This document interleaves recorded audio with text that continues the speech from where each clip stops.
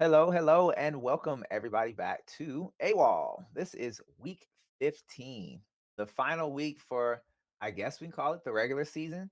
This is your last chance to try and qualify for the season three invitational. That is that this weekend, Blue? Yep, this weekend. Yeah, weekend. I have Blue in the co-caster seat with me today.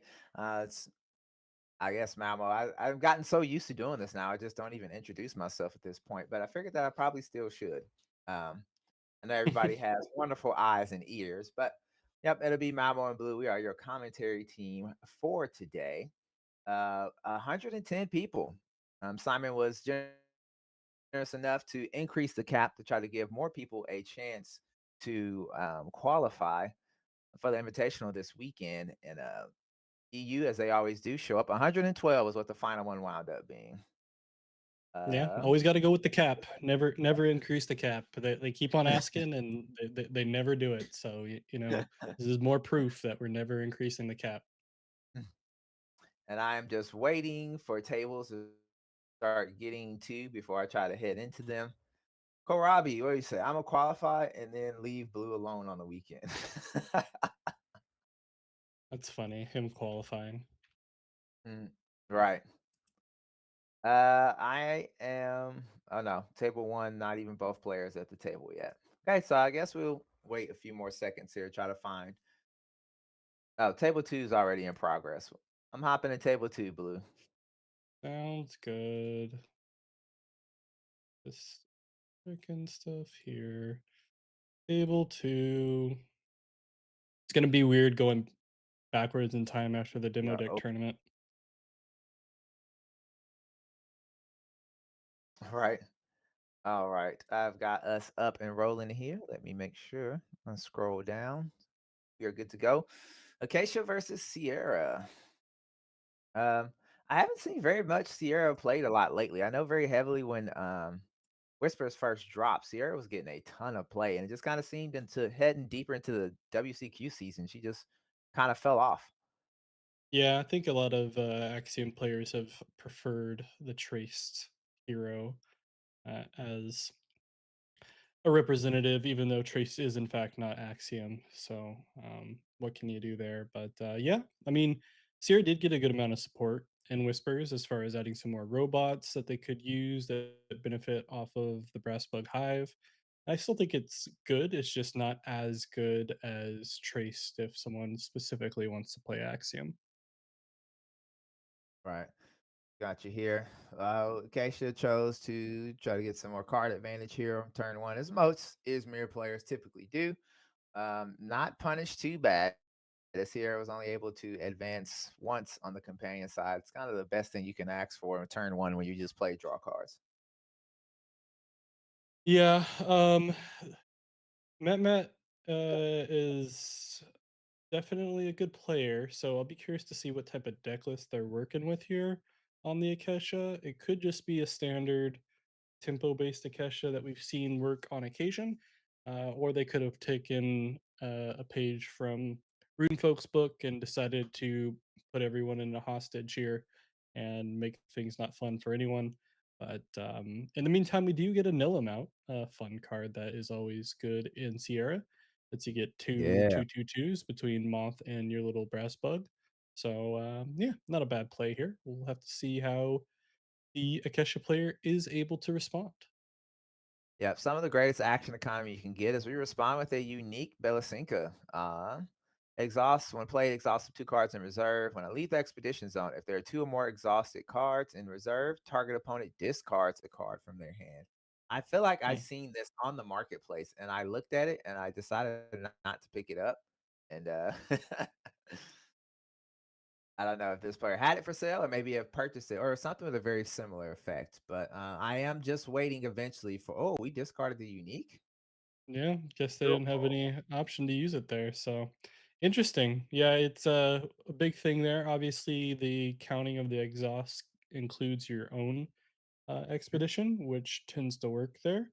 So yeah, fun, unique as a whole. I think these types of Belasenkas where they do the double exhaust and something else where the prime candidates of the best uniques within the Trial by Frost set.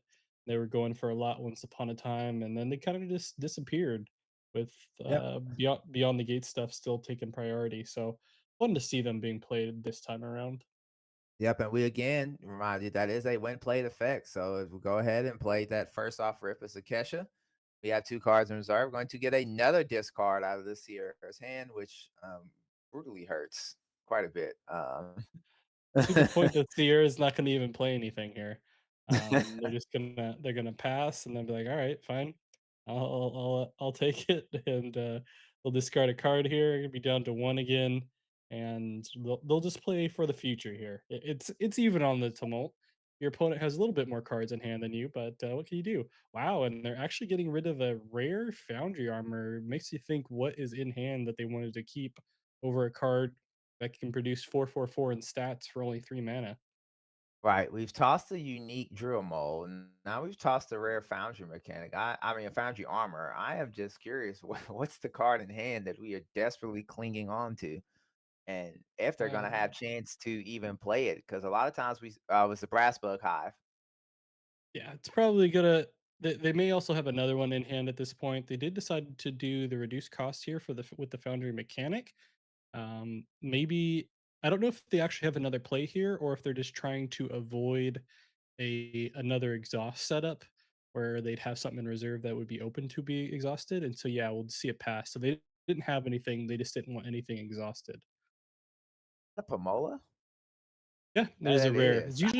It's usually pretty good in Akesha and some deck lists that lets you set up exhaust, especially if you can put it in reserve. And it's 1/3/3 in Yeah. stats, which is really good for two. Yeah, it certainly is. I always liked it looked at as a good, a stat stuffer. But again, like I said, I've only really seen it in a Kesha or exhaust decks like we talk about, and I do love that about Alter. There's just some cards that even in faction don't see play with specific heroes, but then there's always like one or two heroes that the card just works with them. So we will get to see the at noon here for the Hive. Kesha's going to start off with the customary after you. Only 3 cards left in hand here for the Sierra. Be interesting to see what they have and how they're going to proceed here. I could see maybe another Hive come out potentially. I don't know if they have it or if they've drawn it at this point, but we'll see what's going on. And oh, okay, it's just going to be a good old fashioned bug out bag in the rare version. So they will be able to resupply from reserve here, assuming it gets to the reserve. Yep, as well as we've got decent static brass bugs over in our expedition zone, our companion zone. I am excited to see what the tokens look like for the next set because these brass bug tokens by far are the best as we get Pomola played out of reserve. And I also do want to remind you that today, I want to say today, all the cards for uh, Skybound Odyssey should be revealed on Alter's website. So if you want a chance to go look at the entire set, this weekend is pre-releases as we're going to play the mechanical training to go ahead and trigger the Brass Bug Hive. And then next week, next Friday is the official release date for Skybound Odyssey. So we got another unique Balasinka in play here. Is it again? Yep, same deal. We're Yeah, just so it's exhausted. a 5/4 exhausted 2 cards in reserve. If there are 2 or more exhausted cards in reserve, it's an immediate discard instead of at the end type of thing. So loses the Inkcaster as well as not being able to play anything else there.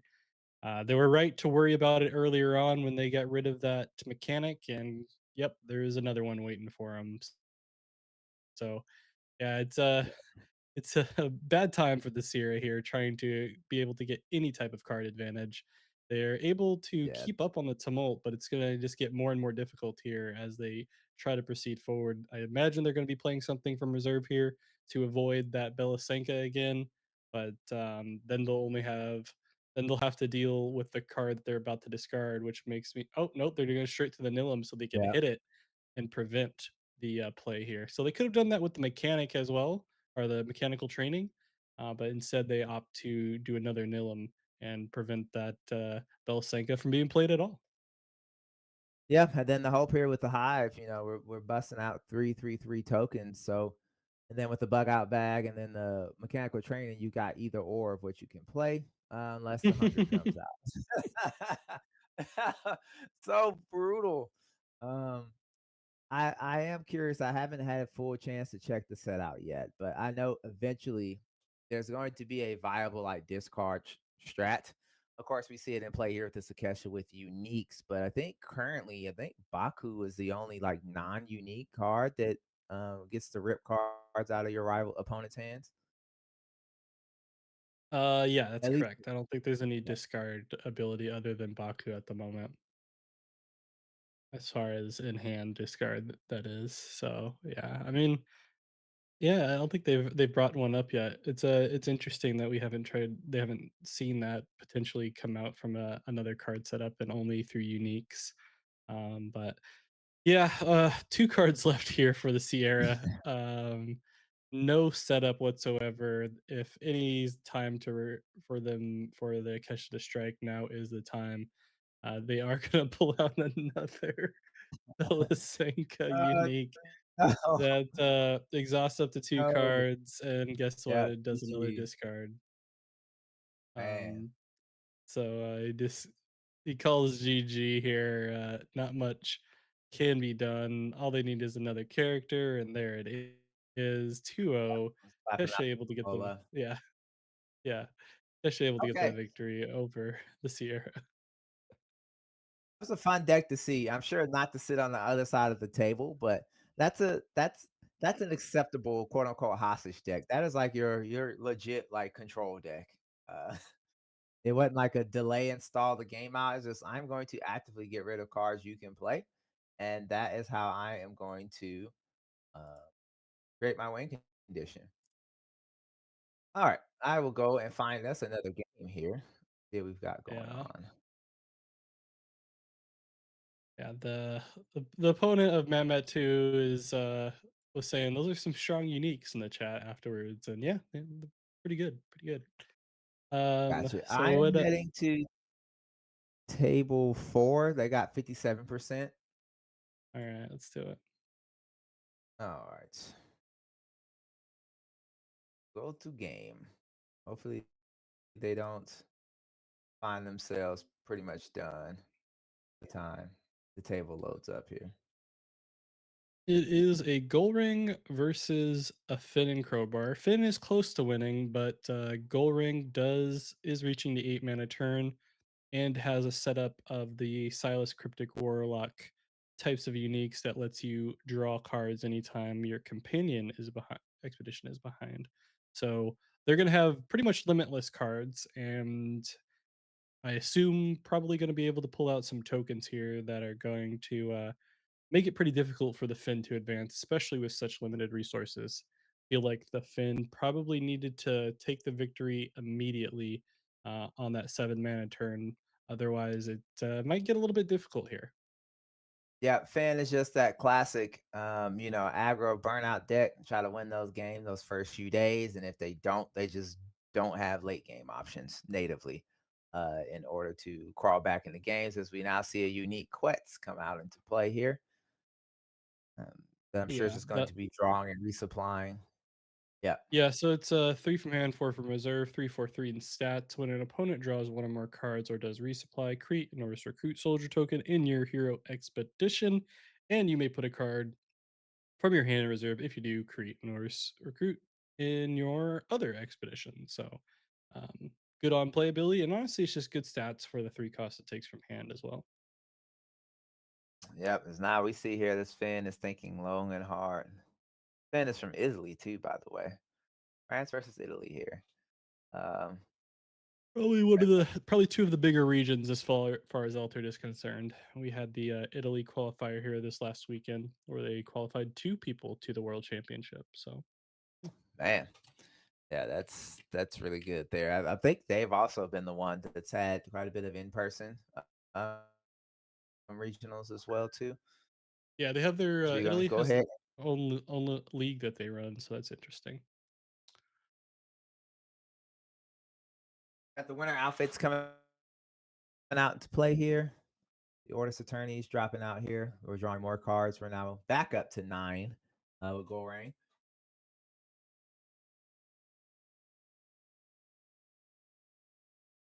Yeah, pretty much limitless cards here for the Gold Ring. Has 3 mana left to be able to play here. We'll have to see what the Finn is able to pull out. I think the Finn's just trying to wait things out as much as possible here to try to maybe take one side so that way they can end this game. It's going to be pretty difficult with the amount of stats on the board that the Gold Ring has. And I imagine they have something waiting here that'll be good. And that, yeah, they're just going to pass. They're going to give Yeah. up the 2-0. Yep. Try to hold on to as much card advantage as possible. Hopefully, maybe once the Silas is out of the way there, and the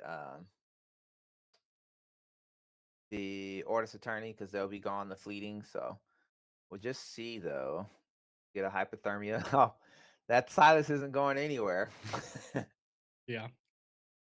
The Gold Ring wants to keep it out there as much as possible, obviously. So I was thinking that we might see the Aegis Templar come out just for the fact of drawing another card, and then they'd have a token for the following day. But they did have the hypothermia waiting for the Silas, so they'll be able to draw a lot more cards here on the following day.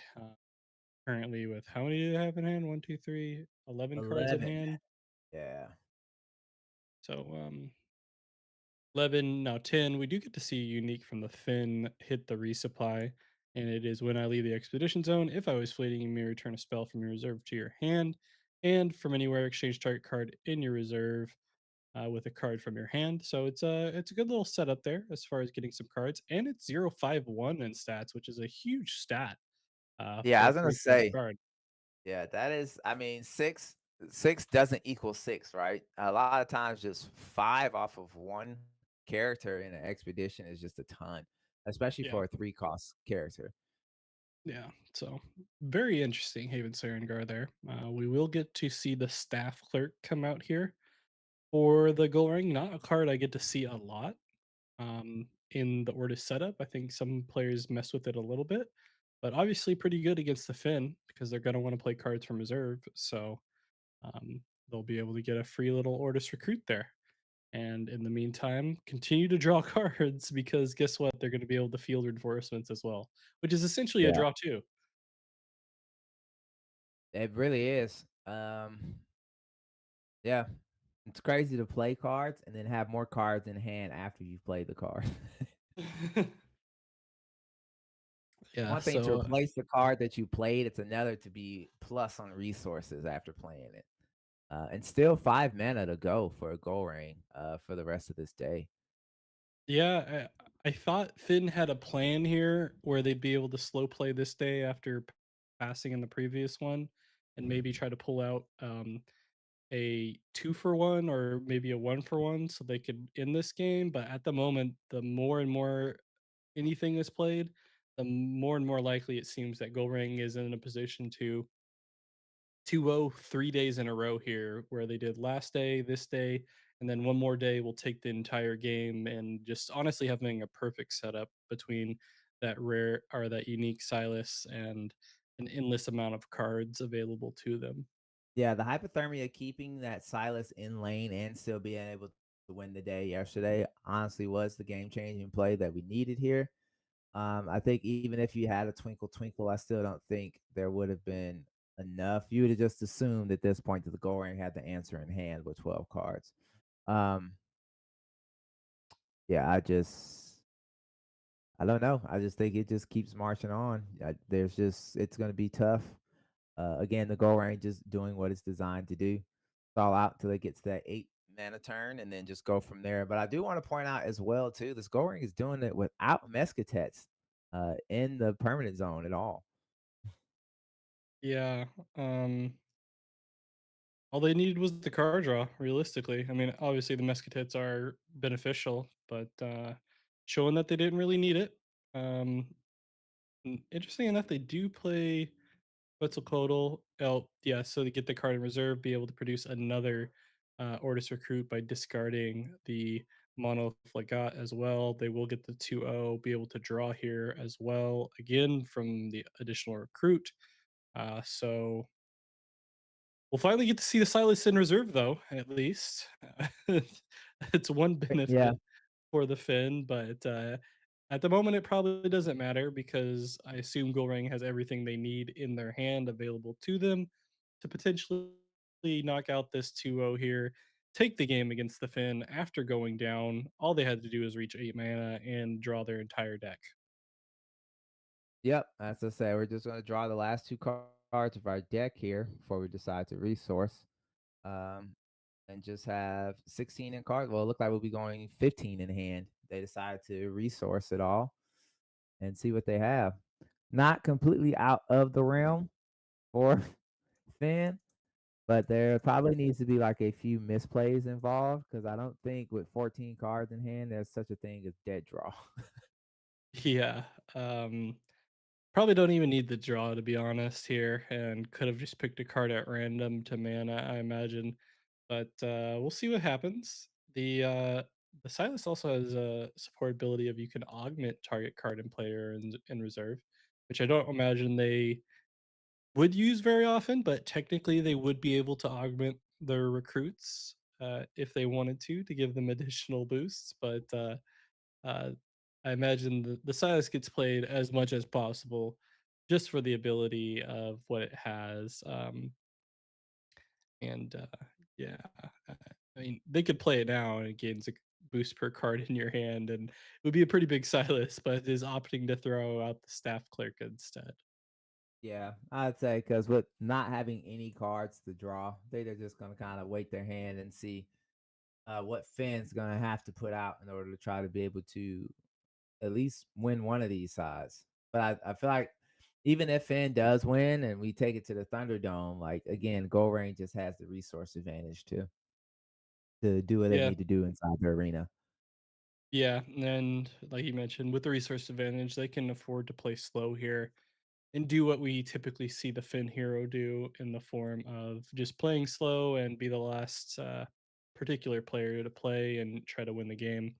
So we do get to see the Aegis Templar come out. Finn's going to have to make some decisions here. They do have some cost reduction availability between the Inkcaster and the Will o' the Wisp. They have used their removal already for the Requiem. And then past that, it's just three cards in hand. They do decide to play straight up Snowball Commando here. That doesn't really help them on that side in particular if they're trying to block, but I guess does help if they're trying to advance. I'll be curious to see what the plan is here, as yeah, Goldring's just going to continue to slow play and manage to have still a good amount of stats on the board just for one mana. Yeah, I don't want to give the caster's curse, but I just it's a large uphill climb from here.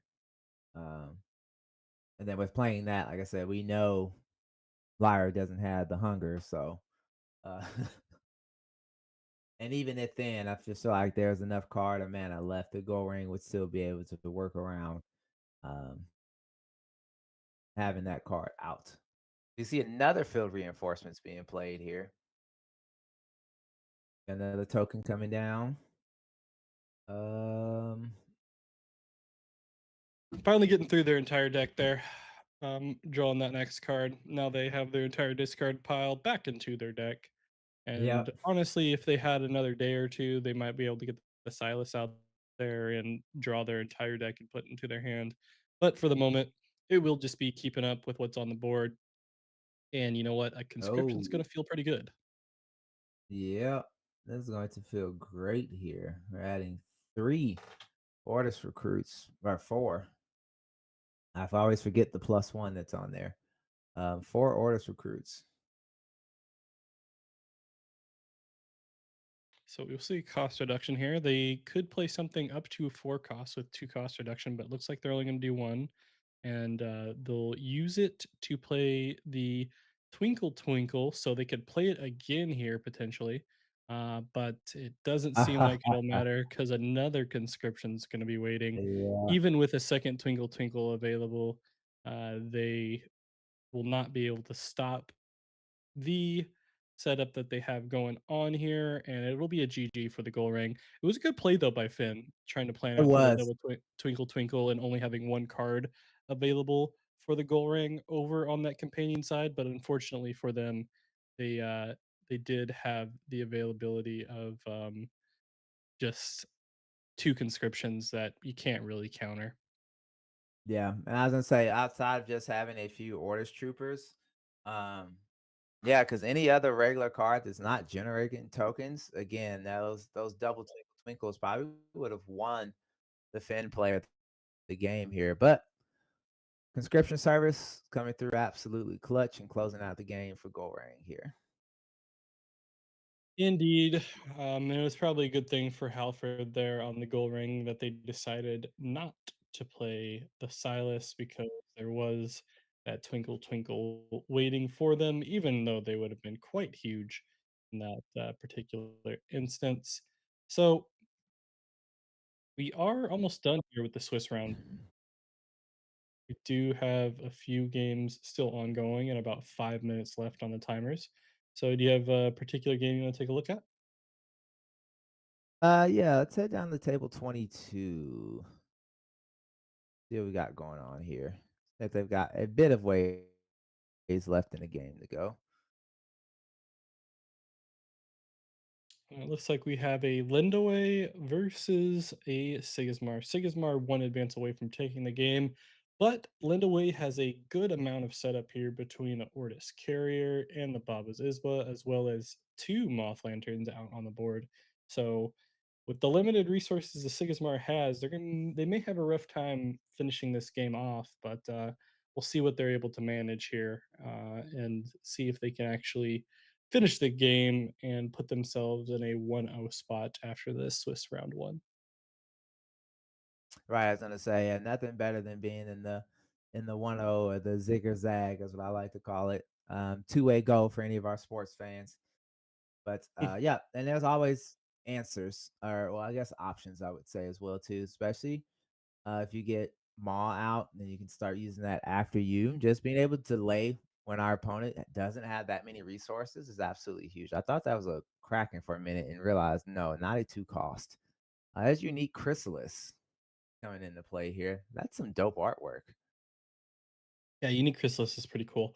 The effect itself isn't anything too crazy, it looks like. It's 2 from hand, 2 from Yeah. reserve, 3-1-0 in stats, and when I go to the reserve from the expedition zone, if your companion expedition is behind, create a mana moth. Um, and then a reserve ability if there are 2 more exhausted cards, draw cards in reserve, draw a card. So it's just kind of in here. Not something that is amazing. Maybe they have something in particular that gets it into the reserve so that they can draw a card typically. But for now, it's just there for the 3 stats. I'd have to imagine um, to help block. Obviously, it doesn't help them advance. We will see that Maul come out to get the after you that you were talking about. Imagine they're sacrificing their crew. Yeah, they do. And we will get double Moth on the board as well as a Maw getting boosted. Still 5 mana left here, though, for the Sigismar player. They may have some removal ready to go. Yep. I also like to point out as well too that that unique chrysalis also doesn't have defender as well, which is probably where the stats are being paid for, quote unquote. Um, or if we're looking at effects, it just doesn't seem too different. It does not have that defender trait on it as well either. So Sigismar has to play this carefully though. We got 5 mana with only two cards in hand. I would think we're playing Gift of Self, which are we just going to set up for next turn? Just say that we don't Uh, have it? that or they're digging for something that they're hoping for. They wanted to see what the Lindaway was going to play into and what side they're going to stack up on. And honestly, it's going to be both. So we'll have to figure out a way to get enough stats in the water terrain to potentially take this one in a 1-to-1 or even a 2-to-1 they'd be fine with. But I have to imagine the Lindaway has some options here, and we will see the common version of the Izmir Moth Breeder come out and scout, I believe. I don't think that no, Yep. they played it raw for the 4 mana, so they didn't Oh, scout it. oh, And just to have the additional stats out there, it looks like interesting. Even if through the scout, they would be able to play it for the same yeah. amount, so and give themselves some more options, but maybe they just don't have anything in hand and they have an idea of what they want to see, or they just don't believe the Sigismar has what they need here. And No, we the don't. attorney, We're going to yeah, the attorney is not going to do it at the moment. No, but the eternity means that we're signaling we are digging, trying to prepare ourselves as best as we can to give ourselves the best option to try to at least win one lane on the following day. So we'll probably be rest assured that we're going to 2-0 this day as Lindway and put ourselves in a position to, oh, are we just going to go ahead and toss it anyway? Yeah, they're gonna get rid of the attorney, not even give them any card draw. Guarantee what we got going on there, be able to produce more moths as well as a bigger maw.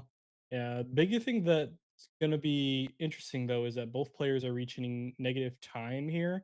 And although the Lindway seems like they're in a better spot, if BGA decides to end the round here, they would be losing this game to the Sigismar player because they are currently they've used 22 more seconds and are in negative time, whereas the Sigismar is not.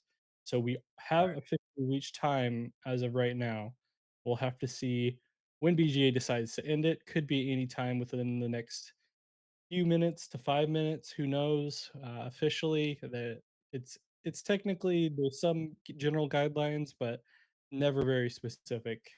And we may just see the Lindaway, who seems to be in the driver's seat at the moment, not be able to take this one, but they do get hit with a Ortis Spy Oh, Moth Lantern, which will be a big play. yeah, for sure. Especially when we had our free maw turn with Lindway, that was just going to be just absolute value throughout the rest of the entire turn here. Unfortunately, having to get rid of that. So I don't think, like I said, one of these players have to win 2-0 or at least stall one, win one. But again, we're on this random doom clock. We don't know when when it's just going to say it's over. But I always do kind of like these little high pressure situations coming down to the Issa Ooh, talk into play here. And yeah, as the long as time doesn't happen, I think Lindway may have just pulled this out with that Issa talk play. Yeah, I mean, I don't know what the Sigismar has in hand, but it seems based off of that play, their best option here is to just try to wait out these 15 seconds and hope the game ends before then, so that they win off of time. Because otherwise, the Lindaway seems to have this. They have 5 more seconds. If they go past that 1 minute, it means they would lose either way, and they do. So it Yeah. will go to the Lindaway either way here, unless they have something amazing in hand. It does not seem like that'll be the case. We do get the Oh, GG and the pass, bad thing. and Oh, it will go to the Lindaway. I wasn't sure if they'd be able to do it with the time they had available, but they found a way to do it with that unique version of the Isatok 7 from hand, 6 from reserve, and it also sends a card to reserve of 3 or less if you have a landmark. So, not a bad one at all. yeah, I was gonna say with the one thing about the ISBA, while it is good and bad, but with Landway, since you do depend on quite a bit of landmarks, those uniques are pretty easy to constantly trigger. And in general, all the landmark uniques are so cheap just because they have that extra hoop to jump through. There are a lot of good ones. They just require the landmark trait most of the time. Right. So Swiss Round One still hasn't ended yet, but I imagine it'll probably be wrapping up here shortly. Last one table looks like it's table 49, but that's about it. How much time is left? So yeah, I'm not gonna hop into that because they're almost done with that. So I guess we could chat for a little bit. I know, Boo, you guys have been running WCQs, and then we had the starter deck tournament in the past. So have you had any chance to really look through the Skybound cards? Are there any favorites that you've seen revealed so far? There's quite a few cards that seem to be fun. That's the biggest thing that I'm interested in, especially for the pre-release events and being able to do sealed and draft is the new heroes and seeing how people assemble those with multi-faction decks. As far as specific cards, there's this really cool card that was revealed on a specific channel called Blue Cap that I think everyone should check out. Not sure which channel did it. It's Blue Oak TV hashtag ad that you can take a look at. But yeah, past that, mostly just excited for the new heroes and how that's gonna come across in the limited format between sealed and draft. Is there one that strikes you that you're going to one you got your eye on for sealed and one for constructed out of the new heroes? I don't think so. I think they all have their benefits. I think the demo deck tournament showed that there's possibilities with all of them. I think the one as far as like demo decks that didn't shine all that much is the Nadir and Bubbles because it's just the type of hero I think you're gonna have to craft a very specific deck for. But the others all did pretty good. Isuri was fun. Soul obviously did really well. I think people found also that the Muna deck in Kauri is also a pretty good counter to Soul in the demo decks at least. And then Zen and Zephyr on Ortis seems like a good mechanic. I don't know if it'll overtake Sigismar as far as the favorite Ortis hero, but still could be fun. And then obviously we have Moyo and Ysmir that I know some people are going to try to make work, but I'm not quite sure if it's going to be the big thing quite yet for Ysmir.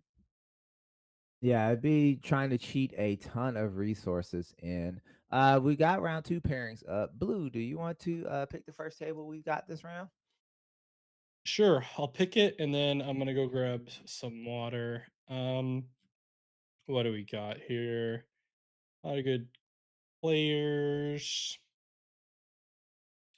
Let's take a look at table 13. We have Agumon there, one of the players that was able to win one of the WCQs here on BGA. So be curious to see what they're testing out. Sounds tight. I am heading to table 13 now, and I'll see you when you get back. Yeah, I'll be right back. All right, we've got a Finn versus Sigismar here. Got Agumon playing Sigismar. Make sure we're good to go. We are sweet. Okay. All right. So yeah, that was a tight game. We thought that you were going to get got on time, but that Issa top play, man, what a play to kind of pull that out there at the end of the game and wrap that game up for you. So it's pretty dope, and it got to send a card to reserve. So that was very good, unique. I like that one. Got an advance from Sigismar throughout the day. We've got an Ebenezer Scrooge, which I never really see played often in Ortis decks. So I'm wondering if Agumon is testing something out. Maybe we have um I don't know. I mean, we got Target Asleep, and I guess you can kind of use it both ways. But I'm just curious to see because it's the common version. So we'll see how it goes.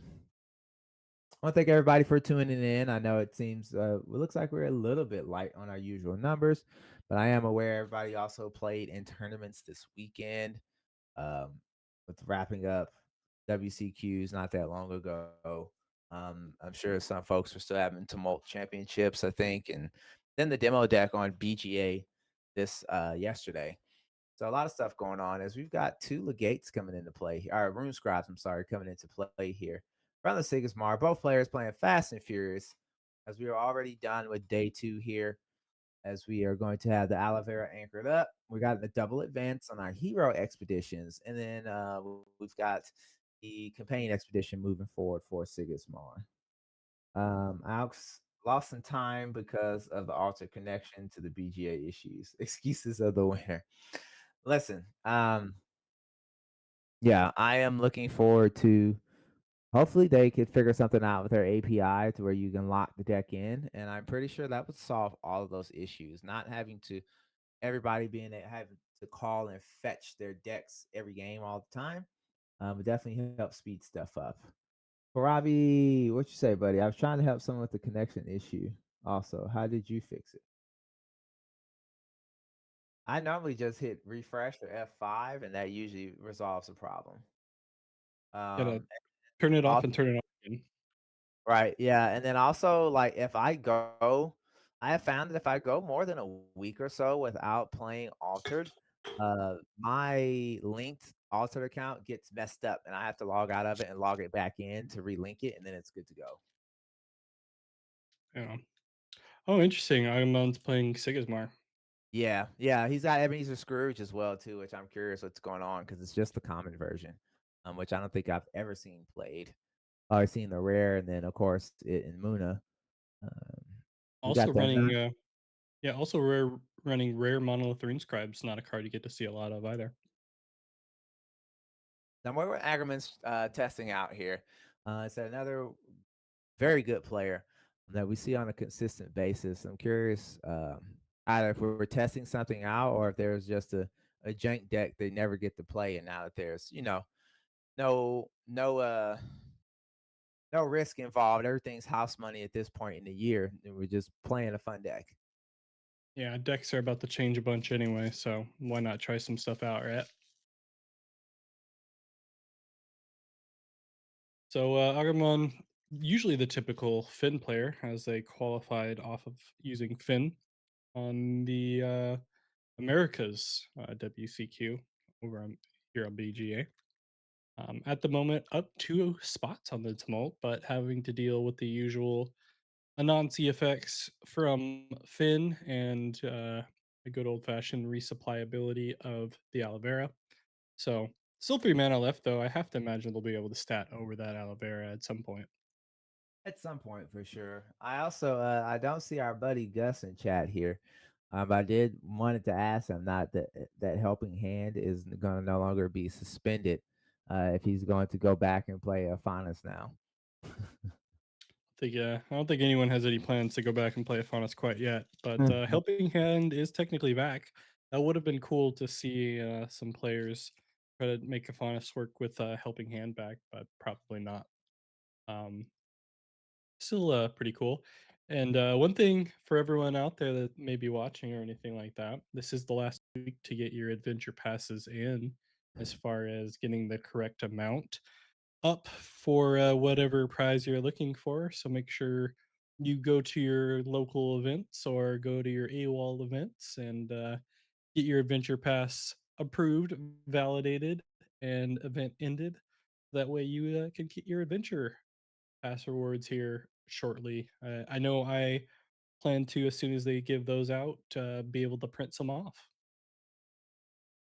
Yep, that is again my solution to my issue. Thankfully, as I primarily play just one faction, it kind of helps just pretty much getting master sets, and then I can just print on demand. As me not having any locals, the hopefully goal is to eventually just have a printed master set. So that way, hopefully, whenever I do get to travel, or have to have physical cards to play with, they're already going to be on hand. Of course, I would always be behind whatever set would be like Skybound. I would have to wait until the next, print on demand becomes available. So how Yeah. much I know it's going to be weird with the timing of worlds and stuff. So we'll just see. Indeed. Well, on the tumult, we do still have a two spot advantage here for Agamon, who's going to try to get a little bit of card advantage through the gift of self and see what they can do with it. We'll have to wait. I have to imagine we will see the Finn player slow play as well. They are going to have to need to make some stuff up here at one point, although they will play that magical training. If they are going to strike, now would be the time to do it before Agumon gets into the range of being able to 2-0 to win the game. As they are currently 2 spots away here from getting adjacent and 3 from winning. So a little bit of dangerous territory for the Finn, but they are keeping up in resources and, in fact, beating Agumon on the Sigismar. As far as resources, we just got to wait to see how they're going to be able to play this one out. All right, Salamandre in chat, Padre, excuse me. Hello, everyone. Hello, I am glad you've joined. It seemed like we had a spike. I don't know if people are on getting off of work or what's going on, but we've jumped up to like 24 viewers now. So if you're tuning in just now, welcome. We are in round two This is the first feature game of round two that we've got going on here between Sigismar and Finn. We've still got four more rounds to go in our final week of the regular season for AWOL here before the Invitational this weekend. Skolo, one of the OG Itzadi players from the original release, as far of Altered is concerned, and was able to get second place yesterday at the demo deck tournament, piloting Kari and Puff on Muna.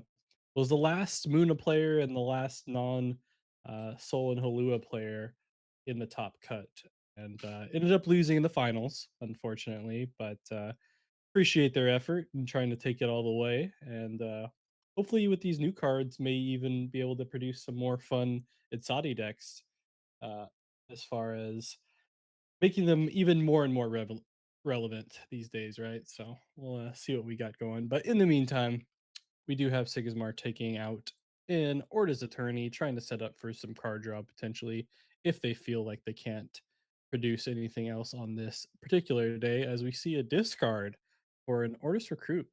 Mm. Interesting play. Yeah. I also do want to remind everyone that today I just went and checked out their website. But looks like all the cards are up for Skybound Odyssey. I've seen 313, which is I assume going to be all the cards that are in the set. So if you didn't get a chance to get caught up on reveal season, or you went through and watched stuff, but now you kind of want to start getting that theory craft deck building in before pre-releases this weekend and official release next week, now's the time you can go do that. As we are, well, Finn sitting here thinking about what to do here. Is that the Brave? No, it's a Little Mouse. I always put Brave Little Mouse, but that's not the actual name of the card. But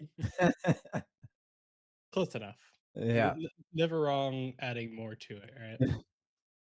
it's I wish they'd have a Brave Little Toaster now too, just like to throw in just like a little bit of old lore there. Um, Wonder how many people would catch that reference, but um, Cole, if you're still in the chat, how are you feeling about Kyrie and Puff? I can't remember if you were A or May on that character, or if you were high or not. I don't remember, but it seems like Muna players are very interested in giving them a go for the new set here.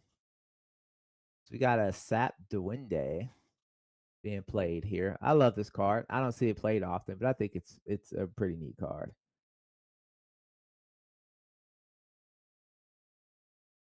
Indeed, it is. It's been a big popular one for the Finn players these days. I know Agumon was a big supporter of it with their Finn deck that ended up winning the WCQ. So it seems like it's become a staple in some fashion. A lot of players adding it to their decks, being able to utilize what they can do for that. But at the moment, not in a bad spot is Agumon to be able to get a 2-0 here. Got some resources based off of that attorney draw, and we'll have the attorney out here for this day too. Just has to deal with all those cards that Yeah. the Finn player has available to them at the moment. Think it's very rare. We were at 5 days into the game, and Finn has 7 cards in hand. Usually by this point in the expedition, we're playing stuff out of reserve because we have maybe two, maybe 3 cards on a good day in hand here. Skull said, "What a tournament that was yesterday! New set mechanics are looking very promising." Karabi, how can a toaster be brave? I don't know, man. It's just the animated movies and shows they came up with when I was a kid. And Kyrie is great. It's going to be great having 2 Muna heroes finally. Okay. It seems like Cole is on the hype train for is it Kyrie and Puff, I think. I just say Kari or Kyrie. something like, yeah, Kauri. I don't know. I don't know. I'm over saying Kyrie like we're Kingdom Hearts here, but Yeah. hey, the little mouse finally gets into play here. As we got the order spy to come down. Yeah, I was gonna say probably be the ink caster is gonna be the target for that one. Yeah. We do get you mentioned that Inkcaster setup here. Still a lot of cards though for the Fen, so I imagine they may have some type of ability here to stop any advance. for the Sigismar player, because there's not a lot of stats on the hero side, but still options for the Sigismar as well. They can do a lot with 4 mana, including Kinda removal. So could go either way, but still in the driver's seat is Agumon on the Sigismar. Yeah, because the teamwork training absolutely drops this little mouse here because we've got just enough cards in play to be able to go ahead and pop it off. We're popping in. Is that the Hatter? It is the Hatter. I haven't seen that card since I drafted with it set one.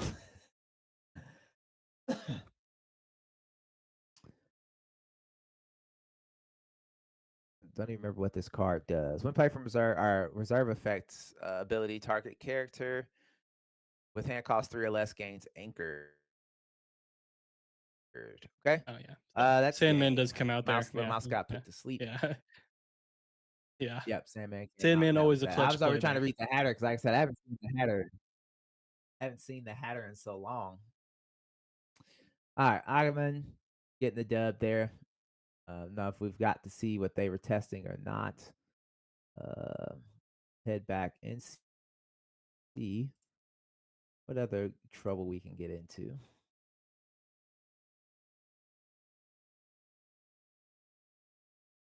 Mayority. As I imagine that is how you would say it, but I guess the name doesn't have the same accent on the A. Yeah, who knows? Who knows? Either way, I'm just happy people are excited to be playing something. I am going to hop into table 6, Blue. It looks like less than 60% of that game is complete. Uh, that's the one I'm going to, and hope that's the case by the time we get there. Yeah, table 6. Hey, Orac. Love me some Orac.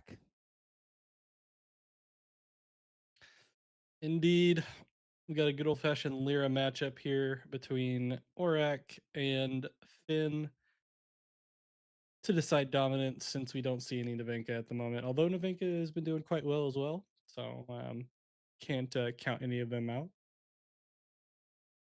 Yeah, not at all. I feel like Orac is so close. Orac is just one of those like eventually it's gonna be critical mass heroes. Like every set that's going to produce a character with a base statistic of 0 just consistently improves the chance that Orac is going to be a viable deck at some point in time.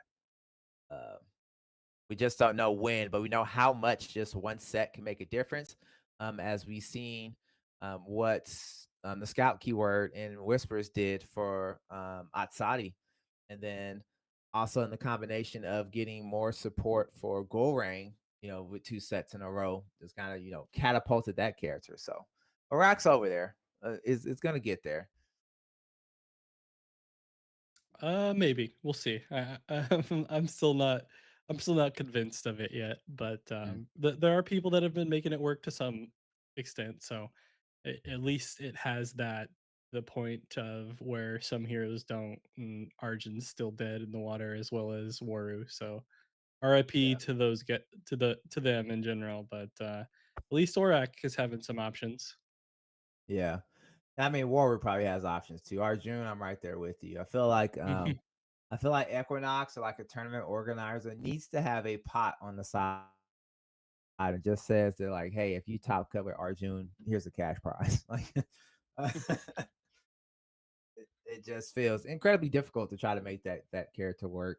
Um, and I don't think people have found the right ratio for playing sub hash. I think it's almost like a sideways trace, and then it's just kind of like why play that? Why not just play trace itself? So I don't know. There's some more exploring that needs to be done with some of these characters. Hopefully, Skybound Odyssey kind of maybe opens up maybe a few cards or some play patterns that can really hopefully unlock those characters.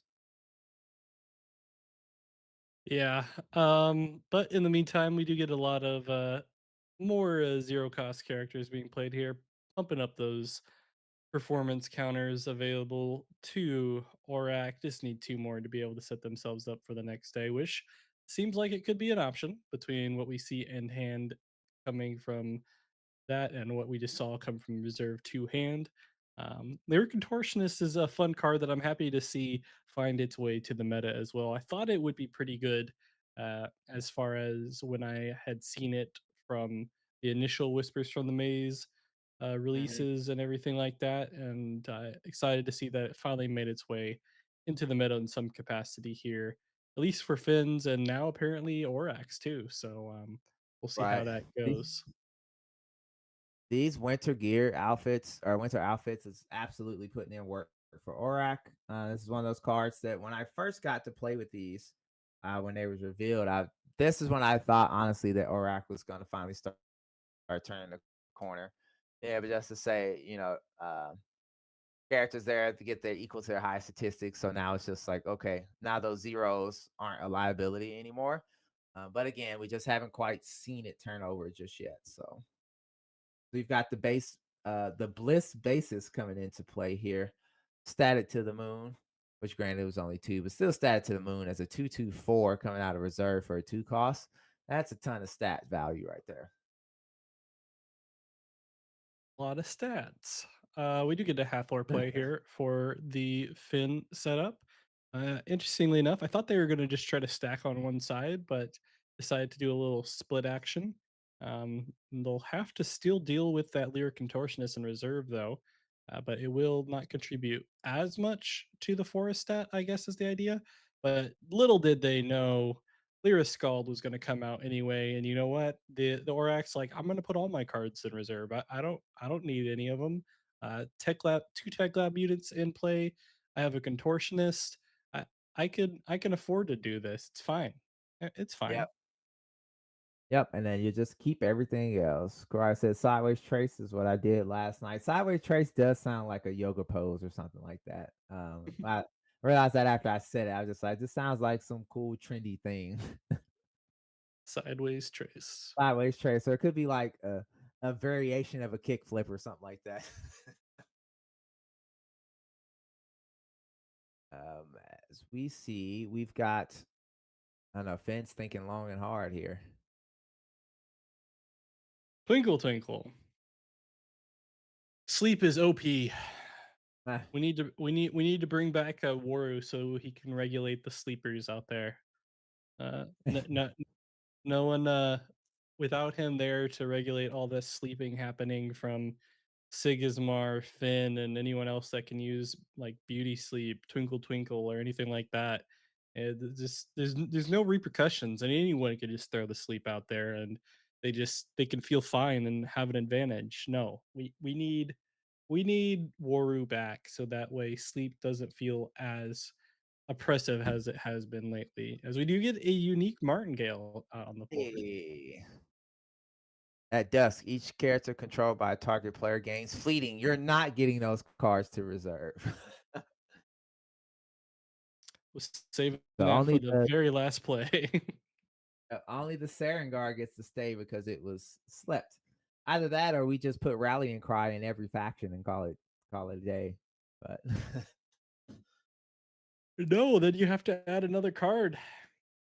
We need Waru back. Revert Waru. I'll never stop till it happens. Revert. yeah, I think they were a bit too heavy handed. Either like take the token generation away or like figure out what it did. But I just feel like it was just a very heavy handed word. Alex said, "Don't worry about it." That is very punny. If this was Twitch, I'd see stop like giving you extra channel points or something for that. That was a very witty one. I like that one. So we're drawing Everyone's up the size here. Yeah, I mean, so everyone talks about having different formats in Altered, by the way. I just thought about this. We just need to have a full format of unreverted cards, like anything that has had some type of errata to it. Scratch it.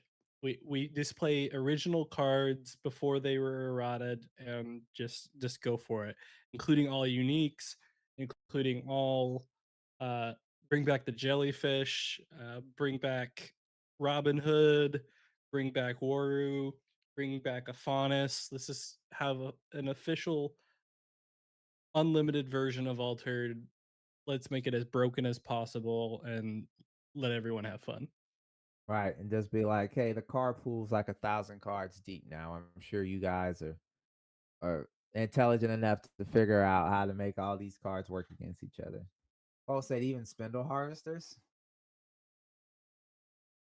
Then harvesters for what? What the heck are you talking about? I have no clue. I was gonna say they're still legal. We'll figure that out when he updates it again here. It might be time for early nap time unless we're just missing what Cole's talking about here. I don't know. I'm missing what Cole's talking about a lot of the time. That's why I usually ignore him. Either way, we do get some more Twinkle Twinkles happening here. Aurak being able to produce more counters still has the ability to play both cards that they have in reserve. Not sure what Finn has available to them. I imagine the Twinkle Twinkle will be one of the cards that they want to hit the board, but they would leave them 2 mana here. They can also just use the Twinkle Twinkle as cost reduction. So we'll be interested to see if that's what they decide to do. They have been able to, I guess, maintain their lead, but now they're going to have to deal with whatever the Aurak is going to play first. They know exactly what the options are. I imagine, yeah, we'll see the card that will throw out the least amount of stats first, so that way they can see the Twinkle Twinkle come out from the fin and then respond accordingly. But see, what's the best target here for the fin? Just the Lyra Scald, it I looks was gonna like? say maybe the skull, but Grabby said these guys don't know the spindle harvester's errata. I didn't even realize the harvesters had an errata. Um, He's talking about earlier shit than actual release altered. He's just trying to be a posh. I was oh, here before the game started. I want demo deck Sierra. I want demo deck everyone. Shut up, Cole. No one cares. We're talking about full release altered. Anyway. legal altered. Yeah, fans taking their time trying to figure out the right target here.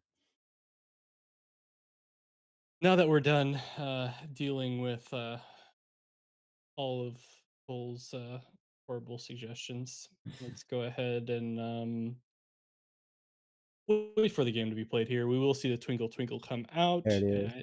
Decision on where they want to put it, and it will go on the Skull. Yeah. Scald. Um, Probably the correct play. So now they're going to throw. So they're going to have to hit 4 or 5. Yeah, they're going to have to hit the dice roll here on the data lists based off of the play. So we'll see how that turns out. Because it could come all the way down to the dice roll.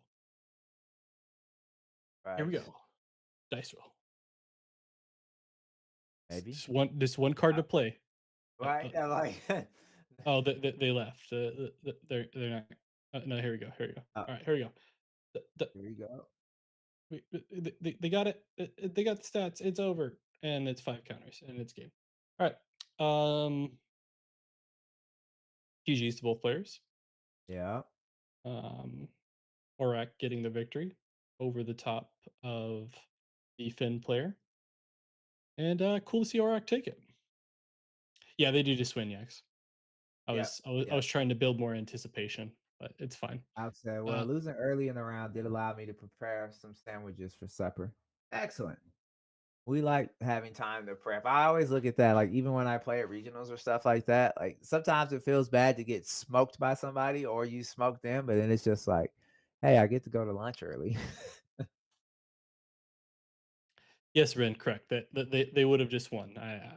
Again, I was just trying to build Yeah. anticipation for the setup, but yeah, they just win.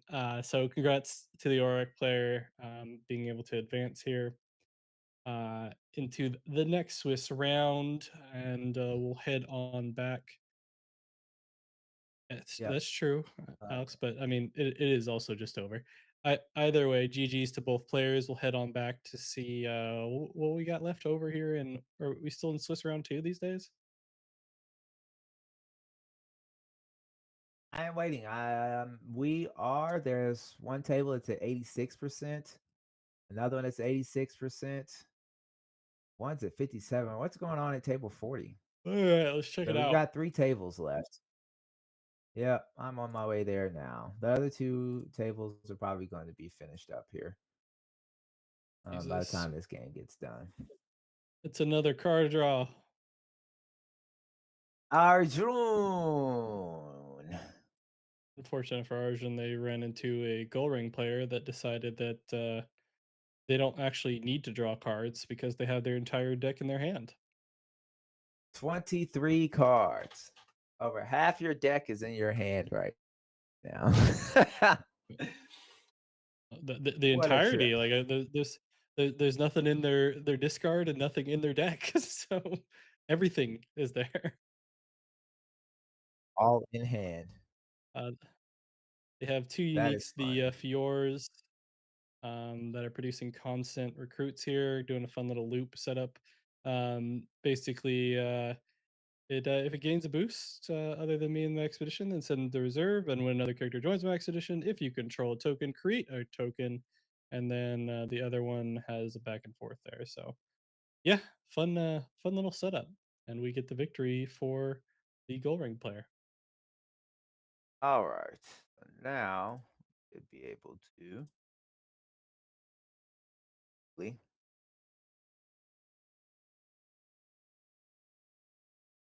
Alex, when you like to shuffle so much that you draw a whole deck and can do it constantly, even on BGA.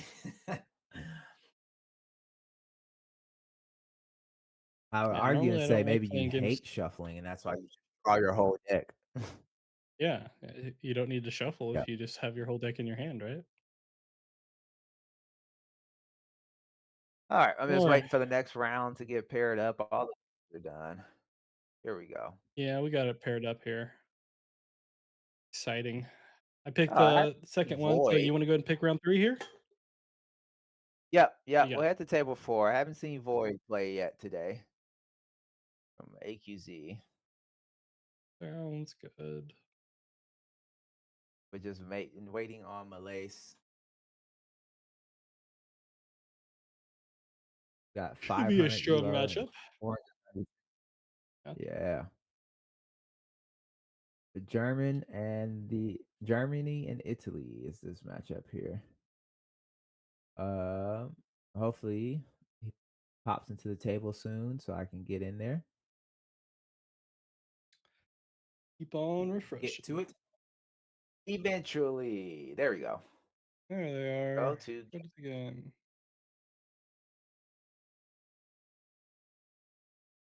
get our scene switched. VGA is working fantastic today. It's good to know because some days I feel like I'm waiting 4 minutes for it to open a game table, but it's been pretty solid today. All Got right. Siggy Atsadi. Tale as old as time.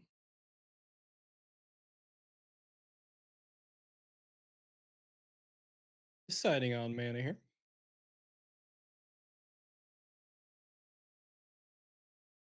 Seeing which of these players is going to take the victory and send them to a undefeated spot so far between three Swiss rounds into the fourth round. So Right. Yeah.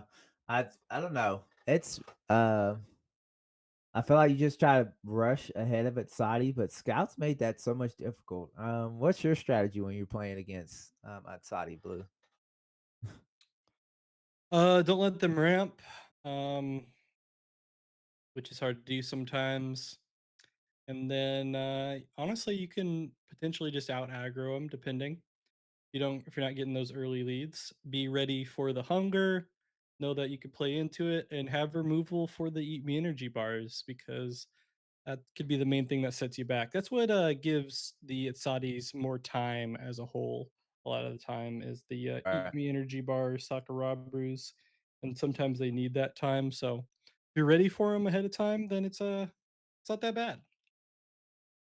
Gotcha. As we do a one-off trade here for day one, we're gonna go ahead and head into day two. Got the Tiny Gin in reserve. We talked about that, right? Trying to ramp.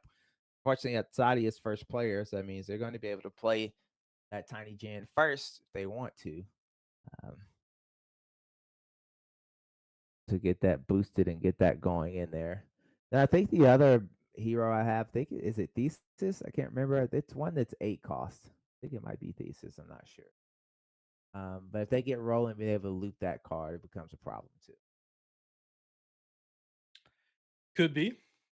We do get to see that a lot. It was always a fun interaction, just seeing what you can do along those lines. At the moment, we did go one for one, and Sigismar will have the option to be able to counter whatever the Atsadi is going to play. I imagine we will be seeing that Haven Saren Guard come out just for some card draw and potentially put themselves in a good spot. It won't be enough quite to deal with things on the hero side because of that Aegis Templar that is waiting. So they're gonna throw all the stats over onto the companion zone, which Block them and go that way too. Yeah, that's what I was gonna say. yeah, Yeah, it still works either way. Just dependent on essentially where they wanted to force the Sigismar to throw down their Aegis Templar and have a recruit on the following day. So it seems like they opted for a potential split of the recruits rather than just being stacked up on the hero expedition. right. Yeah, Siggy's working on. We talked about that, keeping that tempo, trying to win before because Saudi has not even triggered their hero ability once. So I think if you can get at least another maybe 1 day or definitely another 2-0 day, I think you're really set up to try to get ahead of this at Saudi here. Indeed. So it's Saudi able to get a little bit of ramp going and some card draw. We'll see if they can be able to make anything out of it. We'll have to deal with the slow play from the Sigismar and try to respond accordingly. Have not been able to do any counters, and sure enough, as soon as I say that, they're able to play a scouted Swift Gen, be able to get the counter for the card draw, and I imagine do a little bit of mana ramp. Indeed, they do, putting themselves in a good spot for following turns. But for the time being, the big play will just be trying to go one for one. Sandman will hit the board, being able to sleep their own character here, Yeah, and they put the go trooper to for sleep, the boost it. yeah, they go Yep. for the Trooper. Still 3 mana left here, and it will just be the straight up Tolarian Skater. Feel like they'll have enough boosts, and enough stats to go over whatever 1 cost the Sigmar has. So the Sigmar decides to pass, and we will get a 1 for 1. So ideal for the Itzadi here, but they will have to deal up with a stacked side there on the hero side between the Recruit and, the Orders Trooper that just got slept. Yeah, yeah, no, I think this was also an okay trade for Sigismar. It's probably why the play was made, being willing to go 1-1, but just to start the day up with a super static orders trooper, that's gonna kind of force you to split your mana both ways. I feel like you still might maybe be able to play something that's 4 cost, and hopefully you got another couple too. But it's definitely gonna hurt if all you got like is one big play. I don't know if you're going to have enough small cost characters um, to try to make a 1-1 trade at that point. We see the skater come out from reserve, just playing raw as is, giving its own boost. I'm curious to see what we play here, Sigismar. Just go ahead and bust out the Sandman. Yeah, okay. So we're just going to try to ramp again with another 1-1 and hope we guess we start finding our answers sooner rather than later. See what we get here. Yeah. Still good amount of mana though for Sigmar, and they are just gonna pass. So they're Yeah. happy with the 1 for 1, saving some resources and still being ahead. So not very many options left here for the Saudi player. They may be trying to set themselves up potentially for a big play to start sending the expeditions backwards, like we mentioned earlier, because they do decide to go straight to mana here for that mighty gen, which definitely makes them put themselves in an option here where they could do that 7-3 play as far as the Eat Me Energy bars and Sakurabru, or maybe even trying to slow things down a little bit for some low cost stuff into a hunger. We'll have to figure out what the option is here because a lot of times you see that mighty gen get the card draw first, especially on the rare version. So um, at the moment, should be interesting play. And yeah, sure enough, the we do see an Eat Me energy bars, There we and we go. maybe just be looking at a Sakurabu here shortly. Yep, and oh, license And removal there's off rip says no, sir. yeah, they have it ready to go. Not not surprised there. I wouldn't be surprised if Void was holding on to that license withdrawal for quite some time, just getting ready for an Eat Me energy bars play. But definitely ready. Now the decision comes down to the Saudi player. Do they want to play it anyway? What side they want to play it on? And then have to deal with things from there. Probably not a bad spot to throw it down on the companion side just to get Yeah, the advance and send them back a little bit, and it'd be hard for them to do anything about that with just 2 mana, and you also get a card draw off of it. And yeah, so they're just gonna throw down an attorney, get a card draw themselves, which isn't a bad thing with the reduced resources for the Sigismar. yeah, no, not at all. You've got Sigmar down to one card after we was reserving resources. It's something I do want to take a quick shout out to. As we see that these are two high level players, but I feel like that's a play that as a player you start making once you get better is once you have felt like you've done enough to win a lane, sometimes it's best to hold on to the card and realize you're not going to tie one up or take one. Just hold on to your resources, see what you can do on the next turn. You don't have to play your whole. You don't have to completely curve out. For people who play Magic and know what I'm talking about, you don't have to completely play out your mana every turn. Sometimes it's just best to hold on to those cards for a better play the next day. Very true. It's just a matter of trying to figure it out for your specific setup. The Saudi only down one spot on the tumult at the moment, but wasn't able to get their Eat Me Energy Bar Sakurabu play set up for them. So they are just going to throw out a hunger here. Hope that Uh, there isn't any removal for it. But even if there is, they'll still have 3 mana left to work with. But the Sigismar will only have 3 cards here to work with. So should be interesting to see if they have any response, especially after using that license withdrawal on the Eat Me Energy bars here. This may just be a situation where the Sigismar is just fine with slow playing this a little bit and being happy with the one for one, but we'll see if that is the case.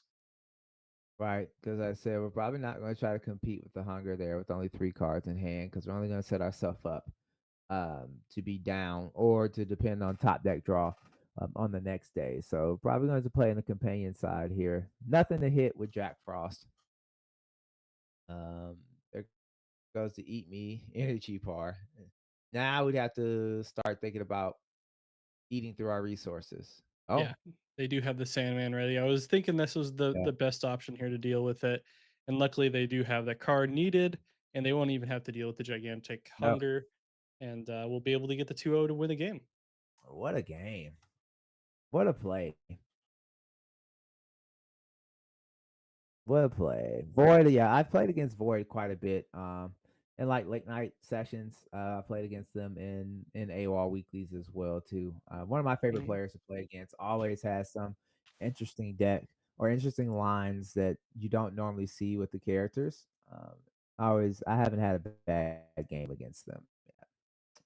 Yep, and off of that, we'll get to swap spots on Elo there. Void hitting above 500. So that should be Yeah. that was our first game of that round, correct? Yep. Yep. I am back. Table two is only 43% done if we want to hop there. Yeah, because we've already seen Oh, Agerman play. Yeah, we'll hop in table two. See what we got going on here.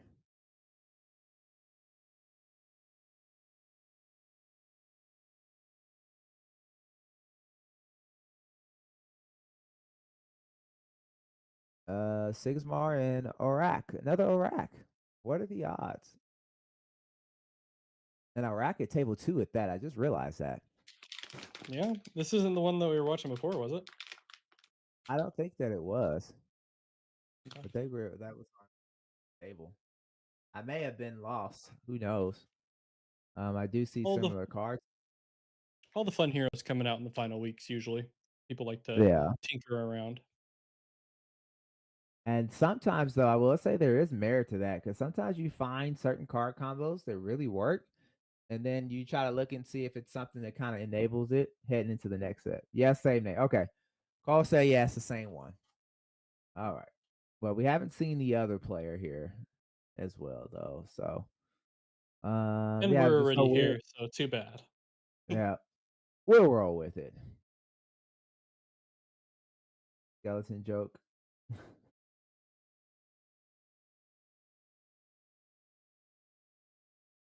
I remember when Jack Frost first got revealed, like I didn't look at the artwork too carefully.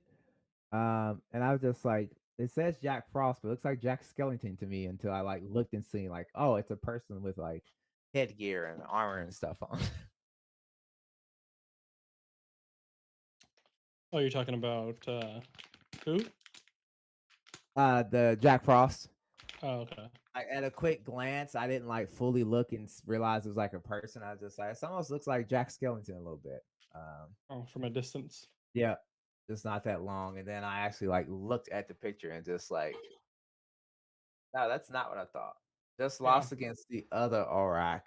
Oh, there is another Aurak in here. Okay. yeah. I wasn't crazy. I know there is another one. Jack Skellington, probably not. I think Disney would have something to say about that. Right. Um, but, plenty of Ortus troopers there available for the Oh, Sega we're Smart Play. passing here. Right. Rank and file. Do we have something that's I mean, is there a Sandman here to play and try to take the hero expedition as well too and put yourself on uh just the 1-0 to win the game? I think they're fine with just doing a one for one here. Typically, you want to save those Sandmans to a point to win the game, but yeah, they decide to keep it here. I would have almost rather to play it on the following day, so that way you could Doing it potentially 2-0 guaranteed. and win the Yeah. game. But um, they decided to play it here, and they'll hit the. Okay, they hit the guitarist um, this time around instead of the Lyris Scald. Interesting. So, deciding to keep this guitarist, putting themselves adjacent, they'll have to reduce cards as well is the main thing here. So, losing a lot of resources. This could come back to bite them here. I'm not sure if I like the play since they had a guaranteed one for one, but yeah, especially since they don't have to deal with the Aurak ability here. Maybe it'll turn out okay, but interesting play. Definitely not a bad one. I just would assume that most times when we see on the Sigismar players, they have the Sandman available to them. They usually wait to keep that for a final play to win the game. But either way, could still easily take this one. Only one more advance needed. Yeah, I was gonna say, and I think maybe that's just kind of what was valued was just the tempo that was there. Um, 'Cause I'm with you the same way too. A lot of times that's just used to kind of wrap up the game and not have to worry about it. So, but that's the beauty about this here. We also don't know what else is left in hand. That might be a whole nother one that's available too. So who knows? Uh, Jack Frost from Rise of the Guardians. I never actually watched that movie. I remember the previews for it, but yeah, I can see what you mean there because that sounds vaguely familiar. I do know have other recollections of Jack Frost. I mean, there's the wasn't Jack Frost in the old claymation movies from like Christmas and shit? Yeah, I thought I'm trying Jack to remember. Frost. I don't remember because the only, and I don't even think it was Jack Frost, but I don't know if you ever played Clay Fighters, but I remember there was a So Man, but I don't think it was Jack Frost. Okay, yeah, no, that was different. I do remember Clay Fighters though, but I don't think Yeah. that was Jack Uh, Frost. a unique Purple Herald came into play. When played from hand, if you control three or more characters, the next card you play this afternoon is one less, which we use to bust out the teamwork training. To toss the snowball commando to get us our win. Um, it's coming out with that play there. Cole Clay Fighters mentioned. Wow. Hey, Yeah, listen, man. Cole appreciates the Clay Fighters mention. I don't think Oh, my parents looked at that, and I don't think I should have been playing that game at the age I was playing it. dude, But Clay Fighters was fun though. That was a good throwback. I appreciate it. Yeah, it was a ton of fun. One of the first fighters that I like actively time into. Yeah. Okay, so that was Mr. Frosty that you're talking about, bad Mr. Frosty. Okay, okay, yeah. As I was say, I couldn't remember if it was Jack Frost or I remember it was something. Alex, well, in Poland, there's a Grandpa Frost instead of Jack Frost. That's interesting. That was just like I had never heard of Krampus until the horror movie came out, and then I realized that you know that was all was it Germanic, I think, as Krampus. Um, we seen Ogman play. I'm trying to find us another game here, Blue. I Um, have to scroll all the way down, so look at some lower tables if you want. there's 21. Why is it only 29% of the way done? I'm curious to see what's going on here. Probably a goal ring. Nope, it's a draw clue, right? Yeah. Oh, that's a very simple draw clue. I like it. All right, No restrictions either. That's a pretty good draw clue. there. Living plane, give me your draw clue. Let's see. Now I'm looking up clay fighter names because like I just remember what they look like. I don't remember the actual names of the people. Same, same. Bad Mr. Frosty is the name, not just regular Mr. Frosty. Bad Mr. Frosty. That's the Frosties. So there is a good Frosty. So they acknowledge that Frosty Snowman does exist in that universe Yeah. because there's obviously a bad one there. And then I think there was one that was like Gumby, or it looked like Gumby. I think as a You're dataless. talking about it's probably Taffy, right? Is Yeah, that the one? I know like, there's like a blob that I think is actually just named Blob. But yeah, get the die roll from Daedalus here. I did not realize Daedalus was an out of faction rare for Bravos. Hmm. it is. I've wanted it. I've tried to make it work on occasion, but it's just hard to include it as a rare slot. But it is fun. Yeah, I was gonna say those rare spots are so tight in Bravos. Like I feel like you'd have to be running a specific style of deck in order to not really play those. I don't know, Cole, does Akhlut get any type of play in Muna? He tried to make it work, but it doesn't. It's just Akhlut's just like, and that's like the weird thing about Altered. It's like on face, Akhlut is a very good card. But then like I said, you put it in Muna and it's just like doesn't make the slots, got the same stats, same abilities as the one in the Bravos the rare, but and I guess I could also look at, the marketplace and that tells too. Aklut, I think is like a $2.30 rare usually for Bravos. And then I think it's maybe in the cents range for Muna. The Olivero. Mal, are you gonna be on 2XKO? I don't know. League stuff is very weird to me. I'm primarily a Dota 2 player. And I love the lore and stuff from Dota, but like it doesn't get much play out there. Like, I mean, there's team fight tactics, but they can't actually use that because Valve is the IPs, but it is based off of those characters. And then like we didn't get anything out that. And then League like got Riftbound, it's a trading card game. Then we got 2KXO, which is going to be a free to play fighting game with the characters from League of Legends. So I don't know. I don't know. I think it's free to play though, right? They are planning on making it free to play, so we'll just have to see. Be pretty good if it had the arrow. When's Dota 3 coming out? I have no clue because Dota wasn't around very long before Dota 2 had got done and revamped, and like Dota 2's been around for I think at least a decade at this point, or very Well, didn't they close. just didn't they have to make Dota 2 in order to get around like certain IP stuff from Dota? Yeah, eventually, yeah, they did, but like I said, but at that point, Valve was able to secure pretty much everything. They only had to like rename, I think, Skeleton King. They had to rename Mm, it to like Wraith King because of World of Warcraft stuff. But yeah, yeah, that's what I yeah, figured. yep. So, but it's been their own thing since Dota 2.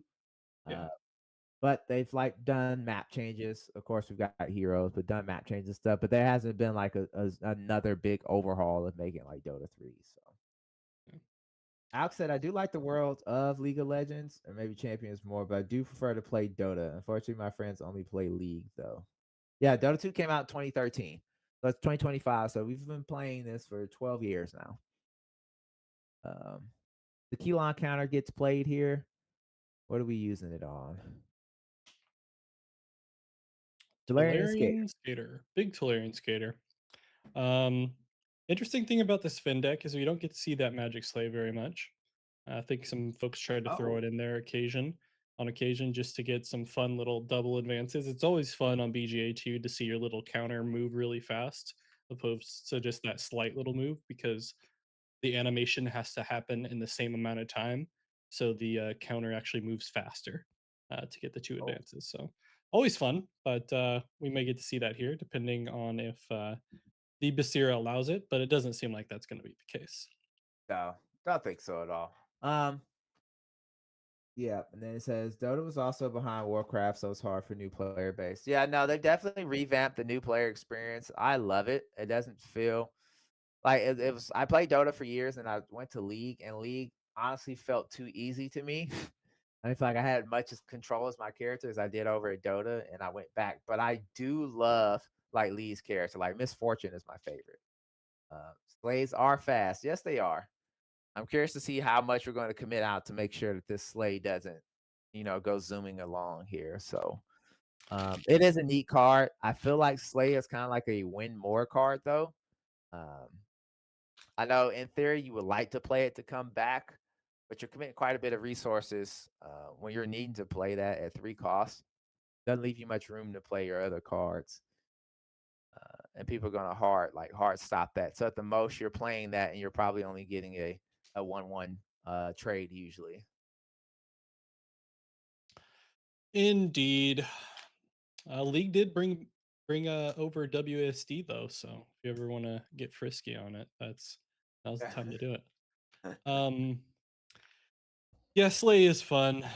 It's I know people when it first came out that people are trying to throw it as like one ofs index to just surprise people, but obviously that doesn't do a lot for consistency these days. Right. Slay could be Then played in Gold if it was available in Gold, but we currently it got is AL, not. ALFE, the Fire Avatar is just what I call it. Uh, Yeah, Efi. I don't know. yeah, Get this I usually Efi. see this card in Otsadis. I don't see it played much in Basira. I used it a bunch in the pre-releases, but haven't used it much since then.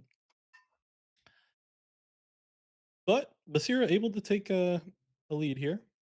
But there is still that Slay looming for the thin player. Have to deal with it. Cole said Ifa. Okay. If you either way, um, let's ban Cole real quick. Can't wait. Cole The saves. colorful Kaku meta. So Slay is still, of course, staying inside there. Um, we got Slay could be played in Ghoul. Is it an out of faction rare for Is the Ortis? bot not working? Come on, did I forget my own bot? Is it not Cole sucks? It is Cole sucks. There it goes. Okay. Whew. There we go. Okay. Making sure that my chat bots are working just fine. Um, Oh, we got another Slay. So we're gonna have a Slay on both sides here. Then is about to slay. That is true, but has 8 mana, 3 cards in hand. I mean, technically, they're within winning range here if they can 4-0, right? So Seer has to be careful, but I can't imagine that being the case with the amount of stats that Seer can put out. But if they could, it would be pretty cool, right? Just a quick 4-0 to win the game. Right? That just literally kind of like out of nowhere, just hit that Hail Mary pass and hit it. Um, oh, sorry, meant it would be played in Gorang if it was possible. Okay. Yeah, I was just like, wait, I was trying to search through my Rolodex. I'm just like, is Magic Slay out of faction rare for Bravos. Ortis? Uh, It's Bravos. Talarian Skater coming out here, giving out more stats, and we still haven't committed Basira yet. So I think we're still gonna make sure that we're only gonna give up one sleigh ride here. If they give up any at all, looks like they're potentially trying to go for the 2-0 themselves here to just end the game. They do decide to use that Bazira ability. We will see a Oh, unique Kappa hit the board here with a 4 from hand, 5 from reserve. you may You may send to send to reserve target character with hand cost 3 or less. Not a bad one. not a bad one at all. Fortunately, Either of those three, two. yeah, either of those 3 costs will stop the sleigh though on one side. Yeah, But they'll get one sleigh play. You know what I'm saying? right. But Physical again, with training. but also again with Slay, it's gonna stay in the expedition, right? So it's an option on the other side again. So you almost are telegraphing. Jesus, even the token moves fast over there.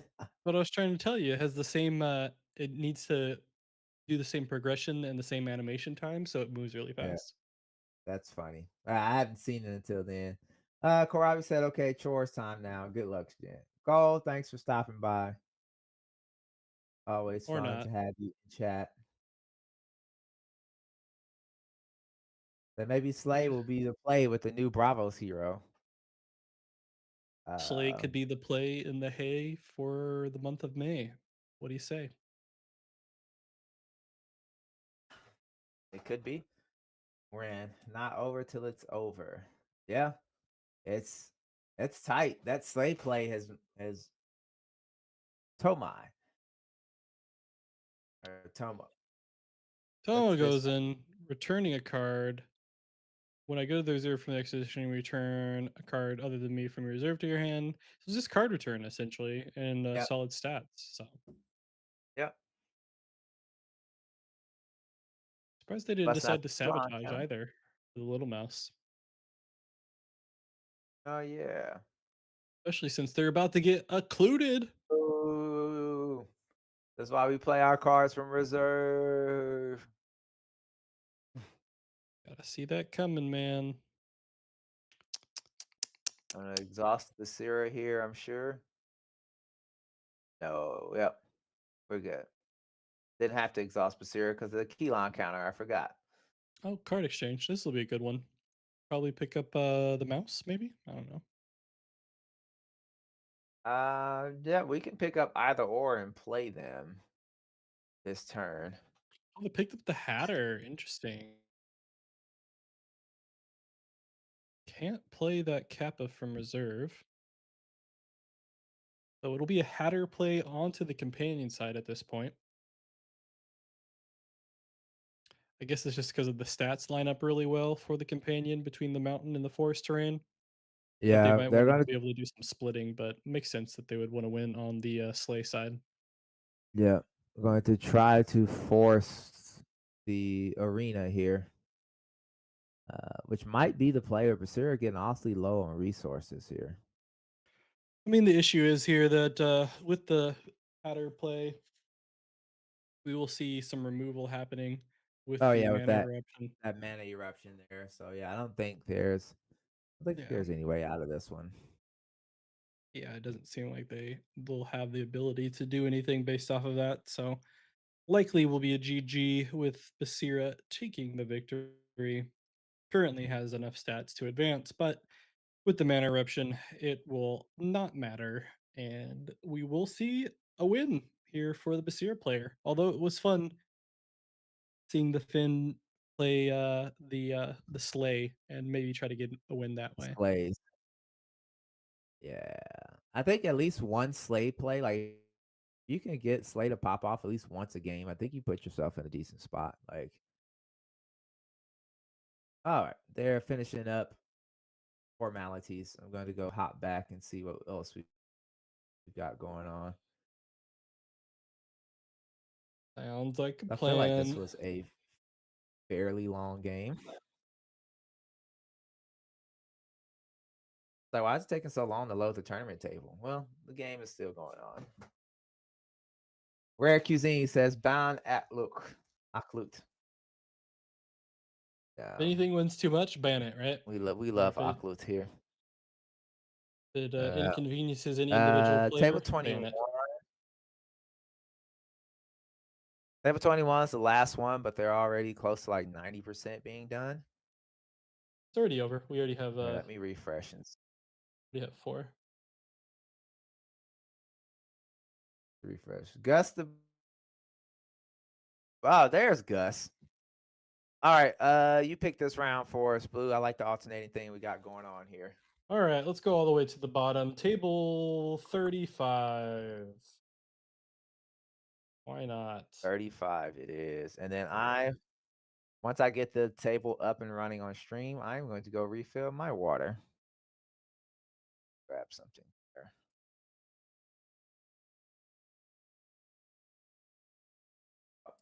Error loading the game. We've been notified. We know players are probably selecting their decks right now.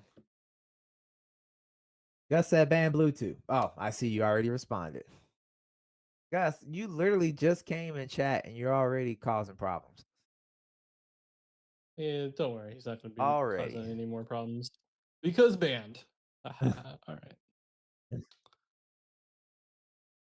All right, I will be back. All right. See you here shortly.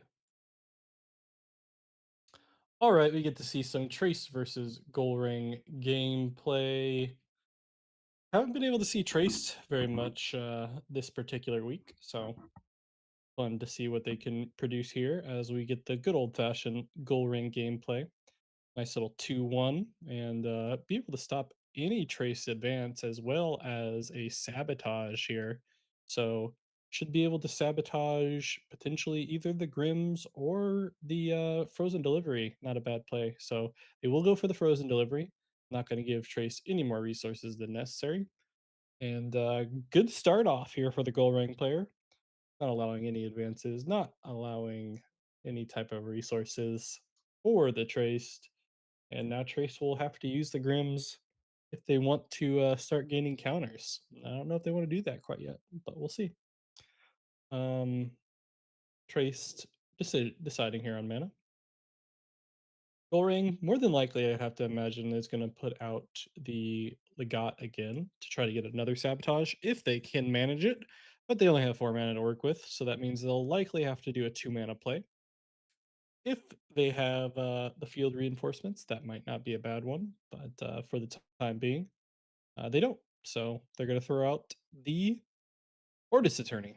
Also not a bad play. So either giving up a card draw or a sabotage for the Trace, it seems like at the moment, if they want to advance. So good start for the Gold Ring. If I may say so myself. So a lot of decisions here for the Trace. It can put out a good amount of stats if they decide to sacrifice that permanent in the bug out bag. Instead, they're going to throw down the Grims. So now it's going to be just a decision for the Trace player. Do they want to let their opponent draw a card? Or do they want to let their opponent get sabotage them? They could definitely still get some type of work done here. It feels like they may as well just throw another 2 cost over on the companion side. I don't think they want to give up that Grims, but it may just be the best option and go ahead and get rid of the mobile armory so that way Go Ring can't slow play that later on. Um, but we'll see. I think that might not be a bad play. I don't know what's in their hand, obviously, but feels like playing the second Grims in reserve is probably the best option. So we will see the Legat come out here. And okay, so they just decide to play the cylinder. Interesting. Very interesting. So it will be a 1-for-1. They won't get sabotaged, but they will give up a card draw. Opting to keep both Grims ready to go. And still hit that mobile armory now, at least, if they want to use the Grim's ability for it. Still not looking in the best situation, though, because they've only advanced once over these 2 days. and Golrang is that much closer to hitting that 8 mana turn. Question is here, do they get some nice setup with a Mescatet potentially?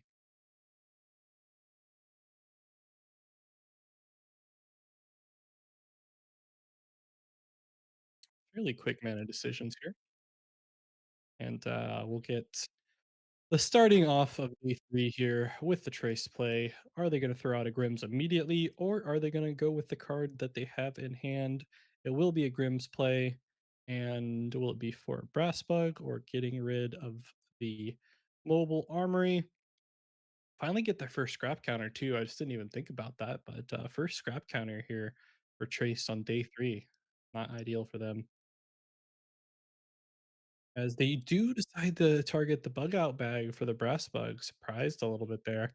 Thought they might wanna try to keep that bug out bag if they could, but, they decide not to.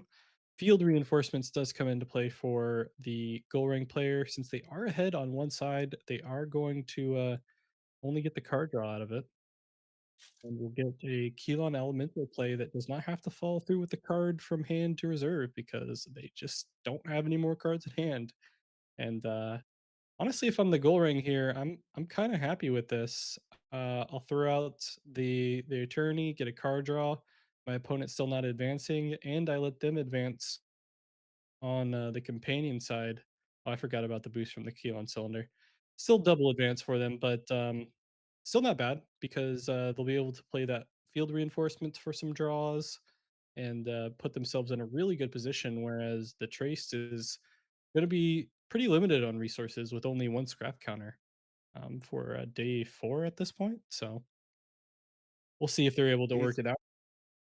Trace is flown too close to the sun here, it looks like already. Yeah, it's just been some pretty good play from the goal ring. They are able to the Trace was able to get, some type of advantage on that last day, so where they're 2 spots up on the tumult. Um, but, goal ring is inching towards that, 8 mana turn. So, I imagine that they're gonna be fine with an option here to just let the Trace advance on the companion side, but I have to assume that they're likely gonna stack up, yeah, on that hero side here to at least prevent. Oh, Ooh, and they get the sabotage on the field reinforcements. nice. They they played ahead for Trace playing from reserve instead of trying to get the card draw. Unfortunate for them. Mm. But, that's the choices you make, but instead, they are gonna have to play with what they have in hand. Maybe another field reinforcements or some card draw. And no, they're gonna Yeah, throw out another monolithic god. Um, Not gonna help them as far as any sabotage at the moment, but maybe opting to get it there so they can play it from reserve later on as a recruit.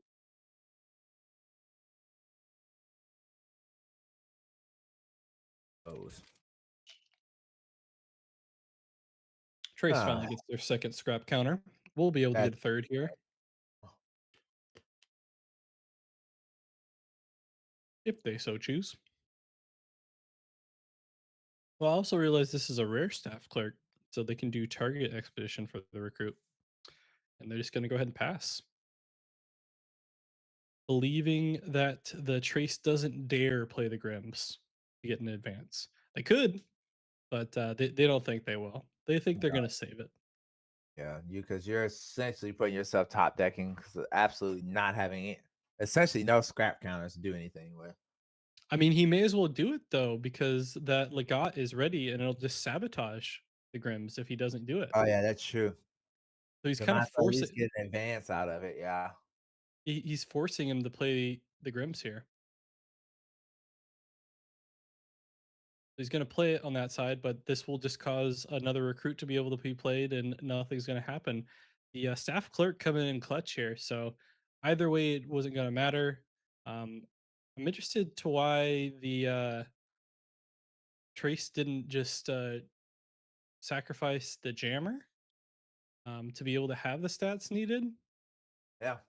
but they decide not to for some reason, and we will see. Okay, they are gonna do it. Okay, I was wondering. Yeah, they just hadn't done it yet, so they will have enough here to be able to advance on the one side and, put themselves in a good spot. they're gonna get the additional counters on their key on cylinder, and yeah, it'll be just a one for O. Again, I thought the Goring might have tried to prioritize letting the trace advance on the companion side instead, but the trace smartly decides to advance on the hero side and put the Goring in a bad position if they decide to get too far ahead on the companion side. Either way, though, Right. Trace looking low on resources. It's not even looking low at this point, my friend. It is very low. As we're busting out a unique Bravo's Rescuer. I need to read. Uh, play, you may put a card from your hand in reserve if you do draw a card. Hey, that's how we get more resources. Yeah, and As a quite good on Mescatet Trace as well. comes into So play. Uh,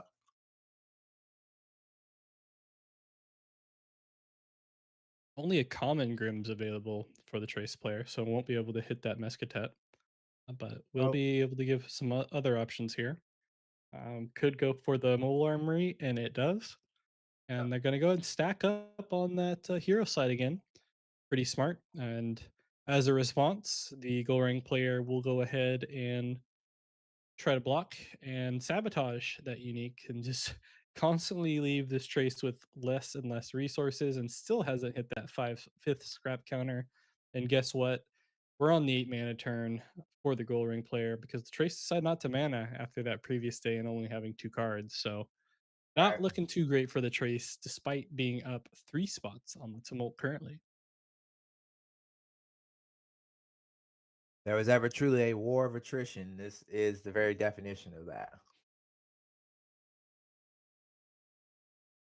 Indeed. All right. So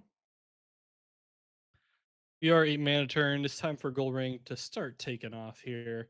They have to be careful where they advance, though, because if they get too far ahead on that companion side, they won't get the benefits of cards like the field reinforcements and the Mescatet. The Uh, okay, the Trace is able hey, to hit a resupply here, and this will help them get them their fifth counter. The Foundry Engineer will let them draw a card as well, as make their next permanent cost less.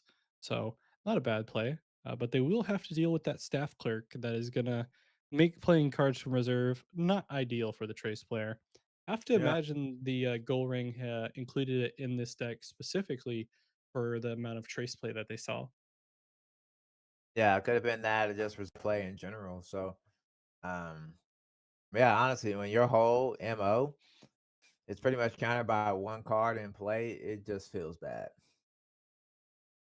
It's like you have to put that much work in just to be able to put yourself over the hump.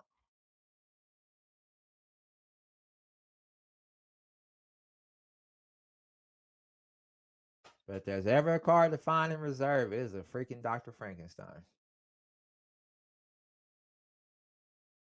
Indeed.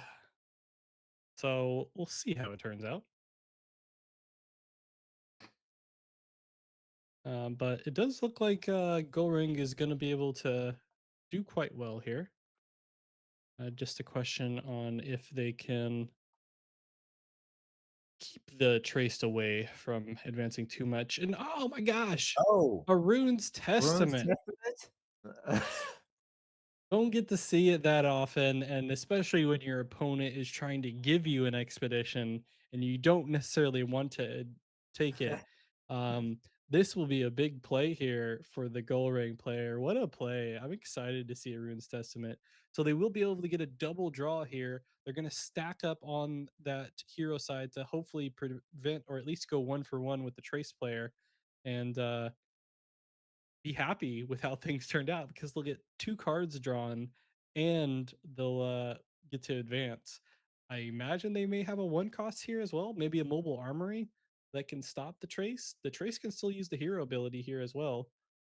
They're gonna activate the, Haven Bravos Bastion instead, and they do have it.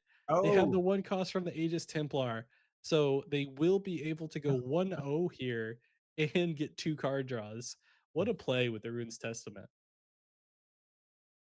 incredible. Absolutely incredible. Got the best of both worlds here from Goran. Best of both worlds. Yeah. That's Hannah Montana, right? He originated that term, I'm pretty sure. Yes. Yes. Yes. Yes. Definitely didn't exist before then. But Capella unique on the board now. 3 from hand, 2 from reserve. And when I go to the reserve from the expedition zone, you may play me for free. I gain a sleep, and from anywhere you may put a card from your hand in reserve if you do resupply. So fun little card there. The Rune's Testament does get procced. 2 card draws. 3 advance for the gold ring player, just as they intended. And now they're in a spot where they can put themselves. See, are they in 3-2-0 territory? Uh, two, they're not. So I think they want to get another singular I got advance here on two this day O's. potentially. Yeah. Well, two So O's to yeah. do them, I think. No, they No. would.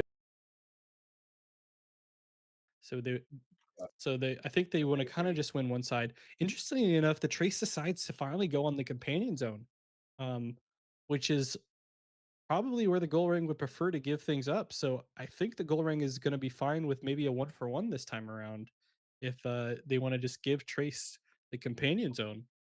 In which case they would put themselves in a spot to be able to do 2-2-0s again. But we'll see how it turns out. They instead start us off with another Conjuring Seal and get more card draw. Because why not? Your goal ring. Keep drawing cards. Yep. Then you just you like I said, you'll find the answer if your deck's in your hand. You don't have to go searching through it anymore. Trace has a weird. They're just gonna have to figure out what line to get here. I think for one, like we talk about, we have to do the 1-1 today, and then really have to figure out our lines of play because it's gonna be tricky from here on out to try to pull victory out here. Yep. It is indeed going to be tricky, tricky, tricky. Um, we do get an augment play here from the Sap Sniffer, and gonna set things up pretty well for the Trace on the companion zone. We'll see what the Gold Ring's able to do. I imagine they're going to want to put some more stats or more characters at the very least over on the hero side to deal with any potential removal that the Trace wants to run. We also haven't seen very many hooked, if any, being played from the Trace. So we definitely could see some hooked cards being played from the Trace player at this point. Um, if that's what they have in hand, would not be a bad play, but they also have some other cards in reserve that are also solid setups for them. So it does really matter what the Gold Ring decides to play here with only 4 mana and potentially set themselves up to at least advance where they need to. And they go with the teamwork training, gonna target that Capella and put Yeah. themselves in a good spot for a 2-0 if they want to here. Yeah, I was gonna say you talked about the hooked. Or I know at least since I've been here, I haven't seen any hooked being played at all. Um, Again, though, being low on resources, you're kind of just hoping that the mana's taxed. Because again, we only have 2 mana left on the Ghoul Ring side. I just think you have to at least go 1-for-1 as a trace player in order to give yourself a shot at winning this game. If you allow Ghoul Ring to go 2-0 here, I don't know if you can pull this game back. So we just have to see here. Goring is taking their time figuring out what to play. As we've got the Ortis Overseer. We haven't seen that played much. My expedition's behind. It gets a 1-1. So we're not winning the hero expedition at all. But that is it for Gorang player. They're out of mana. So I'm curious if we have a character in hand in order to or maybe we just play the Keylon counter. We'll figure out. We're popping Trace finally on the potentially the last play of the day here. Hopefully, maybe to see if we can get something to be able to play out of reserve here and win the companion side. So that way we kind of leave ourselves open for an out as we put Dr. Frankenstein into reserve here, which is not a bad 2 costs to get here. That will put them in a spot to be able to at least tie the hero expedition, with the, Elon cylinder boost as well, and then they could also activate the Keylon cylinder to get an additional boost to go over on one side, which is maybe which seems like that's the direction they're gonna go with this. The Goring has shouldn't have any other response, doesn't have any support abilities to use. So Yeah, now the Trace gets to decide which side they want to advance on, which I imagine will have to be they choose the hero side. I mean the companion side. hindsight. Interesting. I thought Interesting. yeah, I thought they might want to not do that, just so that way the It doesn't Goring would draw. have less options. But either way, there we go. And it will be traced at least in a spot that they're closer, but so little resources at this point that even with that advancement, they still need two more and are down on mana, down on cards. They are traced, so they are able to keep going with the engine, but I don't know if that's going to be enough, especially since the Goring can afford to do a 2-0 here with their Mescatet now that I was their gonna say. opponent has advanced on the companion side. And Mescatet will kind of put this out. As we get the field reinforcements in, make sure we get our draw and get our recruit here. Which side we put it on? Put it on the companion side. Yeah, Trace is going to do a little bit of resupplying here. Probably not the card that they wanted to see because yeah, it does help them out, Oh, but probably wanted to you see a gotta have the character card in instead. reserve to help. Yeah. Yeah. Um Goring will have an option here. Um the overseer looks nice. I imagine they probably still want to play some lower cost setups though, whether it be one cost mobile armories, some more Aegis Templars, or whatever it may be. It is the unique Eeyore. So I believe this is one of the ones that is going to let them do some pretty crazy stuff. And it is four from hand, four from reserve, 0 2 0 in stats. If I have one or more boosts, I am eternal. And at night, I lose one boost. Arrow, I gain one boost per character other than me in my expedition and send them to reserves. And then when another character joins my expedition, if you control two or more permanents, create an Ordis recruit. Sorry, create an Ordis recruit Yeah. token in your other Yeah. expedition. But it Yeah. only Which we just seen popped off here. yeah, so it's the main thing here is permanence and not landmark. So with the play of the mobile armory, they are able to do just that. And it's going to make it pretty difficult for the trace here to prevent the 2-0. And realistically, the Goring can afford to 2-0 as well because the Mess Cadet will still be online for the following day. Yep. This is now a tricky situation here as we get a rallying call. I was curious if we were going to try to put somebody to sleep or not. Oh, well, no. Talking Never about like mind. a That's not the hypothermic. yeah. I'd say about hypothermia, not rally call. But hypothermia still could be in play. But I don't think there'd be any reason to because I said we're already set up for a 2-0 day. Or they could just do it to keep the Fiora out, I guess. But the Fiora is already eternal, so really isn't necessary. So Yeah. it's just a solid setup. Conscription though Oh, is a good spot. Uh, either side looks pretty good. I think they're probably gonna throw it down on the hero side. No, they are gonna throw it on the companion side because of the Fiora. Yeah, because of the yeah. Fiora. So the Fiora is when another character and not a non-token character. So it is a character generator, token generator, but not with the typical restriction of a non-token. Right. Thus, any character that enters the expedition zone now effectively guaranteeing our 2-0. I think we just passed at this point. Yeah, Yep. and yeah, Seems they're no fine. They're resource. fine with passing. Save the resources that they have and try to play for the next day. But it's going to get more and more difficult here. They're definitely gonna have to find some removal or some way of dealing with that Fior. Yeah, because right now the combo of Fiora and Mescatet is going to absolutely wreck um, the board state. Yeah, Gus says it's a nasty unique. It is absolutely disgusting because Mescatet's going to trigger it, Disgusting. right? Yeah. Yeah.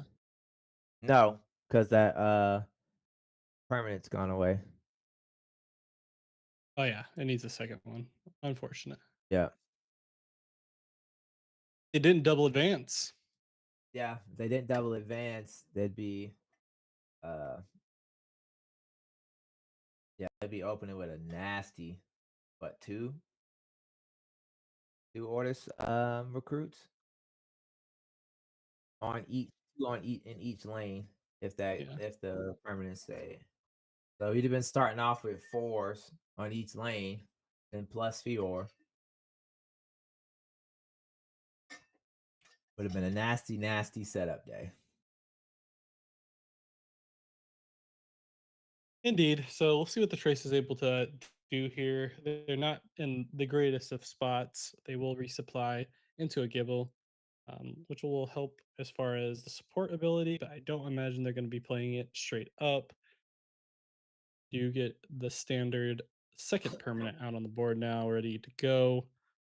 Maybe instead of dealing with the Fiora, the option is get rid of one of the permanents with something like a Grims, but I believe they used two of their Grims early on, correct?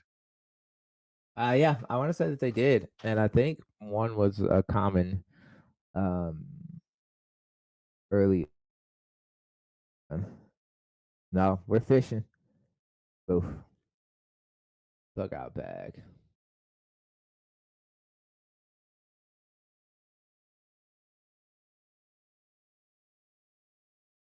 And on the board, tokens you control gain gigantic. When another character joins your expeditions, you may sacrifice a character. If you do, draw a card. This Atlas is out here just putting up mucho stats between the Fior. Like we got an infinite.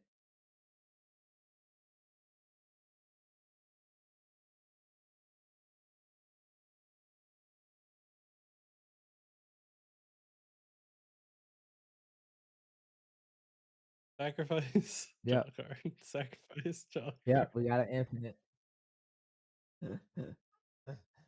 We've got an infinite.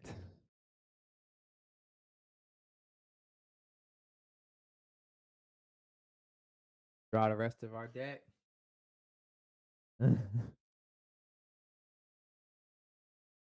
That will pass. Now they can still draw the rest of their discard too. Yeah, that's true too. If they so please. Now they've been waiting to get this setup going.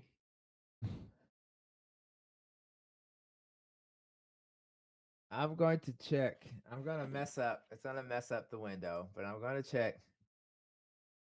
No, all three Grims are gone. Both the rares and the common. Yeah, all three Grims are shot. For Trace. He could have kept on going there, and for some reason, some of the Ortis recruits don't have boosts. He probably glitched it out.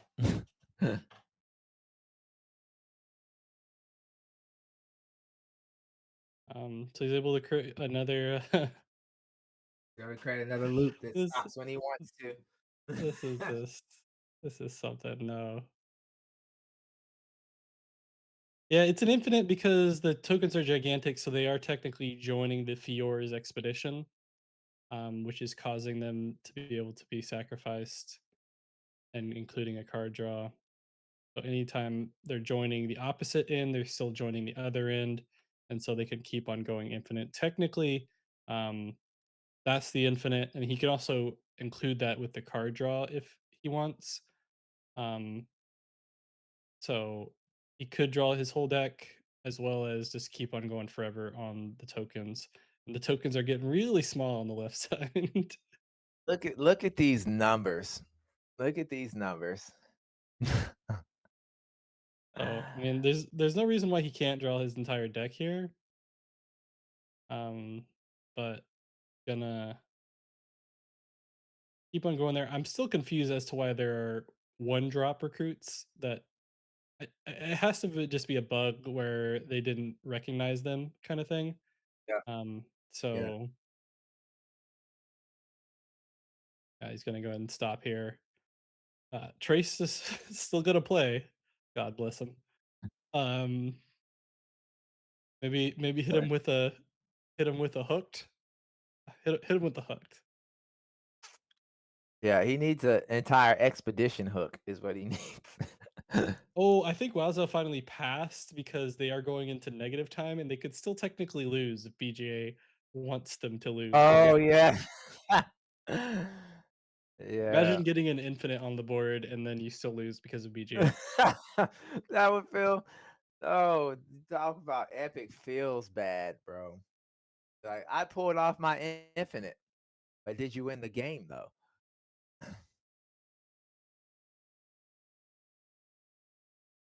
That's And funny. I'm kinda pulling for that to happen now. Oh, me, where do we get our uh, uh, crims back? yeah, he Oh, we recycled his shuffled deck. through our deck. Yeah. Yeah.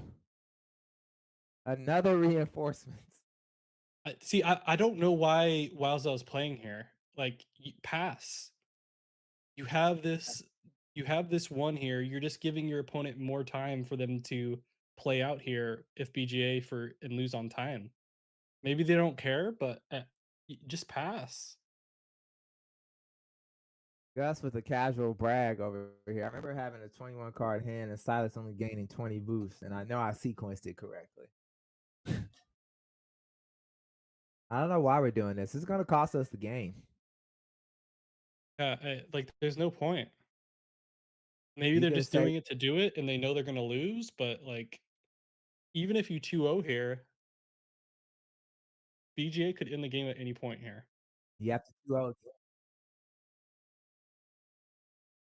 I mean, this is fun for the highlight if someone wants to clip this for the AWOL channel. Feel free to do this, but like, right. especially if they end up losing off of this, we'll be sure to show the ending screen that they lost. But yeah, it's unnecessary because you just put yourself down because you're not even winning Yep. off this. It would be different if they were winning off of this, right? And Yeah. the turn ends and they win, but that's not the case. Maybe they're trying to draw into a hypothermia. Do they want to hypothermia their cards? I don't know. I don't know. Maybe trying to find the hypothermia for Fior. Like I don't know.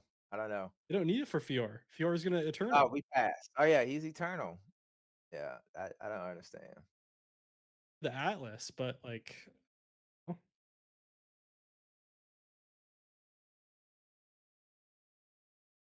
so the rare Grims should be able to hit the Mescatet here. Yeah, Varies because the Gold Ring probably has another permanent that they can play on the next day. But for some reason, they're just not immediately passing. Okay, they are, but now both players are in negative time, so BGA could go off on in any minute. yeah. There's there's Go Rain players screwed themselves. I mean, they still may win. Like, don't get me wrong. I just don't understand the reason why they would have kept going here. Maybe they're trying to break a record. They are currently over 50 stats on both sides. Yeah, I don't know. Maybe they're trying to test the limits of what it's going to keep track of. Who knows? Is there a possibility the animation just ended? No, right? Because he could not take another action before that. Maybe they're friends and messing with each other. I have no clue. They're both I have French. no clue. All French people know each other, right? I don't know. Um,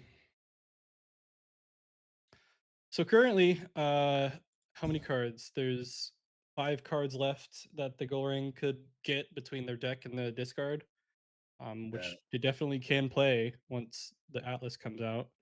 They're gonna throw out just one mobile armory, and they need another permanent out there for the loop to happen. And it doesn't look like Trace has anything. The Jammer would be good, but the Atlas is probably gonna be played here. No, they're not gonna. So the loop is gone here if Uh, they just jam the Atlas. yeah. I mean, it's not gonna matter probably. If I'm Neoflake, I'm just I wanna I'm fine winning on time.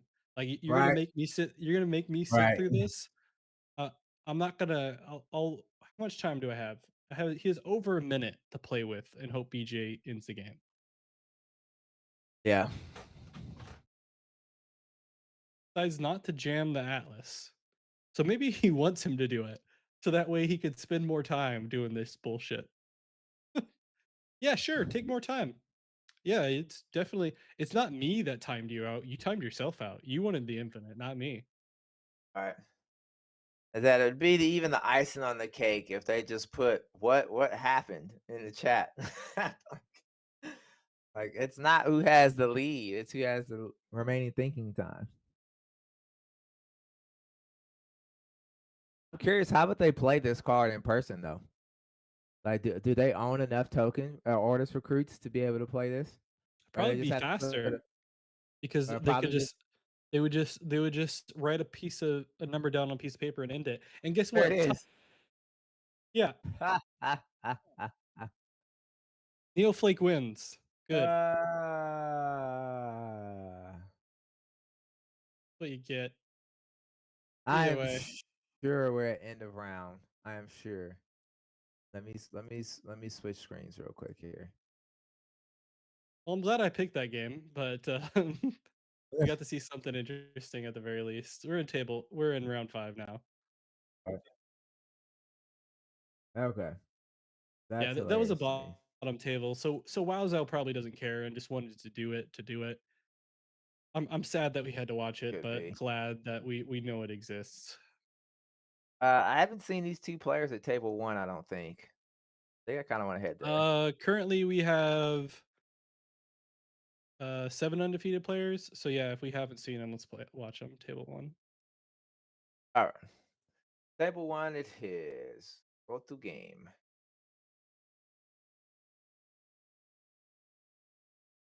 All Oh, right. evidently I hit the button at the same exact time all the other players hit their button to get into the table. Rin and Orchid versus Finn and Crowbar. We got a Rin and Orchid. Happy that we get a Rin showing that they can play. I'm refreshing the table because for some reason they must be in between starting something. They're deciding on mana, so you just gotta wait until they pick mana. If you don't get in before they pick their decks, then you gotta wait for mana to get Yeah. picked.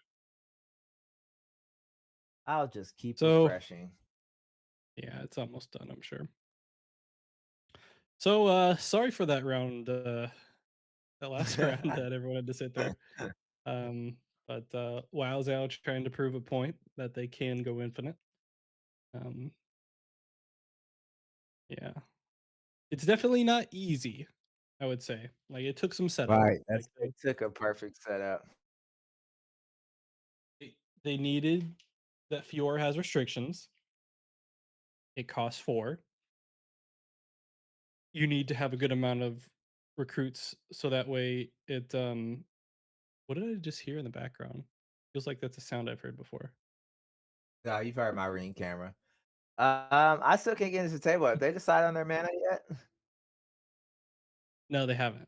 Oh But my yeah, Fior takes some time to set up, that's fine. And then it's got to not get hit by remove cost, which it definitely can. And then you also have to get the Atlas out. So it's it's not a common infinite, but it's still there. I think they were having trouble clicking spots for the recruit at goodness. some point initially because the expedition was too full. But we get a 1-for-1 to start us off here. Alright. Rin's happy with that because they get a card draw, and Finn's happy with that because they get an Anansi in reserve. So everyone wins. Got a Kodama in reserve for Ren as well here. Um, Maybe a Rinstable deck. who knows? Find out real quick. Yeah, run a one Think- of a blizzard. What Oh, would you can check even be people's bet deck in game. Oh, you just go to their profile and you can look at their previous games. Oh, okay, cool. But yeah, what would have been funny is if that goal ring running a infinite versus like Rune Folk running Celebration Day and just have a constant battle of no one Right. does anything kind of thing. I mean, Rune would win because he plays fast and he would just win on time. But yeah, it's funny. Or a hunger after they did the infinite. That would have been hilarious. Oh my. Yeah. That would be the most statted hunger of all time. Well, That would be it wouldn't get stats for the tokens. Hunger oh doesn't, yeah, that's right. That's right. but it I would be said funny. not like 100 that's 100 static character. It would be funny. Floral tint, early floral tint coming out into play here. But see, the thing is, Gus, is that it's not the same as the multi-anchoring Munadex because eventually the multi-anchoring Munadex end, and you don't have 100 characters out there, and you don't draw constantly either. So it's not the same.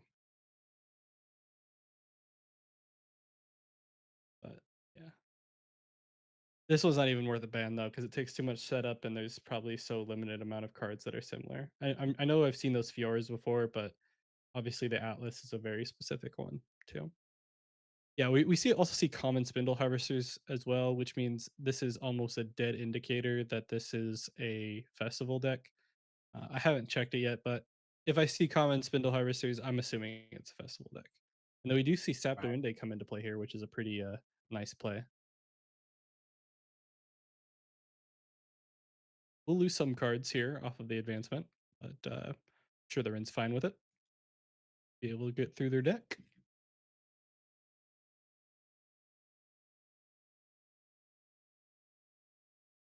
Find out real quick. Ooh, spying on players.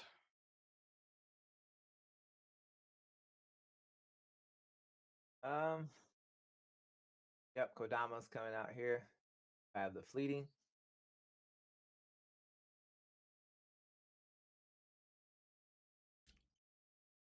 I don't think a lot of trace have no removal anymore.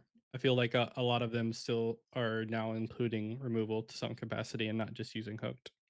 I think the days Yeah. of just hooked traced are gone. I think if it is just hooked, then they have a unique that has removal in it. Like I've seen a few like Merlins that have an avalanche effect, or them including some type of Keylon burst or something to that effect. There's just so much that could counter it, and in the game of Altered with no side decks, it's not surprising to see some trace at least using 1 to 2 cards of removal, even with the ability to use things like the Grims.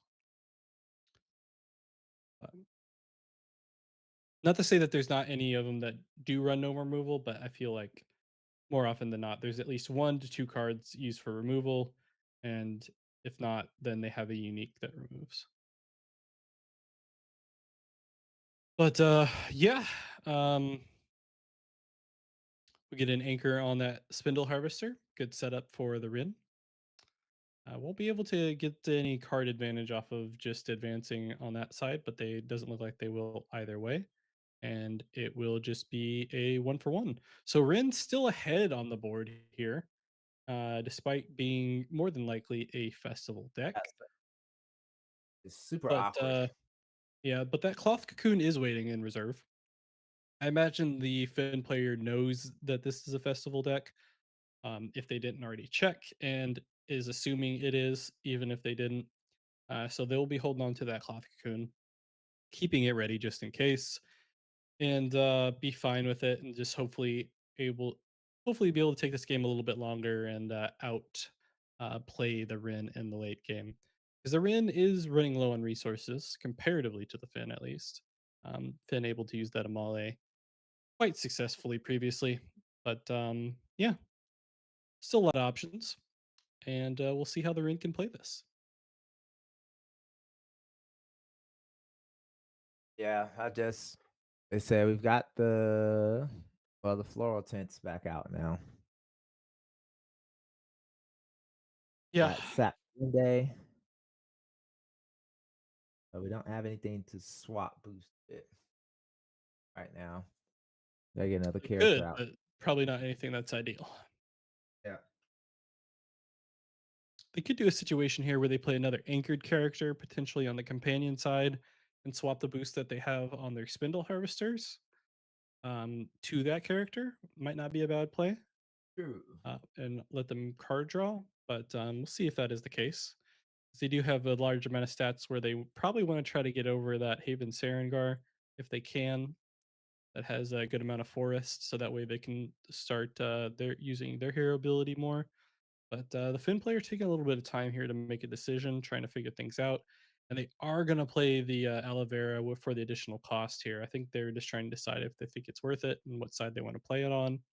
And they are just going to stack up all the stats here on the companion side. So on the Rin here, I guess I don't have to do anything. And I'm just fine with taking the one for one. But if they can get a two for oh here, that would be ideal. Yeah.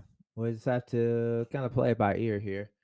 Um, again, want to try to get this 2-0 potentially, but the only issue is we'll be blowing through almost all our resources as our win. So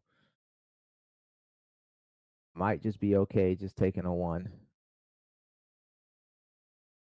'Cause here with that cloth cocoon hanging in the wings, you don't want to pop that Lyre Festival unless you know you get to win the game.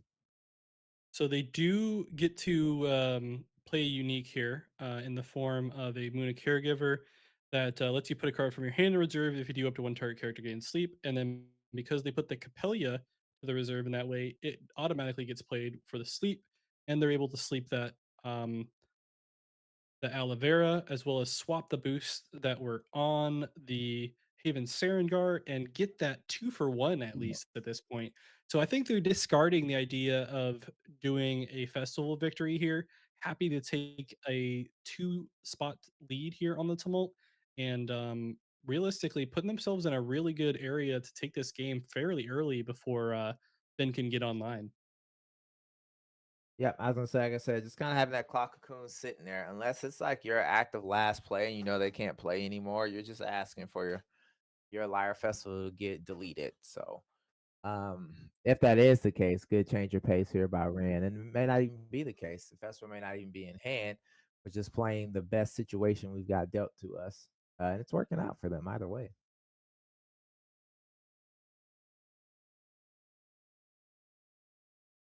Indeed, it is. So we'll see how the Finn can make up for this. They're gonna have to prevent at least a single advance here. The draw card will come out here for the Mooney Caregiver as well. They can also sleep a character. I'll be curious to see if they decide to sleep their own character here. No, they are going to just play for stats here. So they've decided they don't care about the festival victory, and they're just going to try to win this one as soon as possible. Excuse me, a Ren winning. Right, try to do that alliteration. A Ren, a Ren winning. Legit is a sight I have not seen too often, especially in constructed. Tanuki, throw a wrench in things here. Yeah, so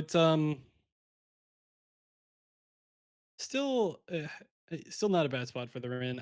Feel like the best Ren decks have the ability to win without the festival, but still has as an underlying setup.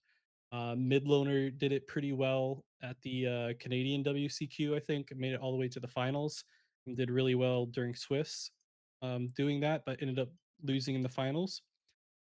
But yeah, the best ones can do that, and a lot of them are centered around some really good uniques. Like this Moon of Caregiver is quite good, being able to give the sleep ability from anywhere, and then also having a draw ability from reserve, as well as having 1/1/1 in stats is huge. And then, of course, the typical Moon caregiver support ability. It's really a perfect setup for a festival type of deck. And then Capellias are can be quite clutch. So see what they have left here for the 4 mana. Technically, they could still play a festival here.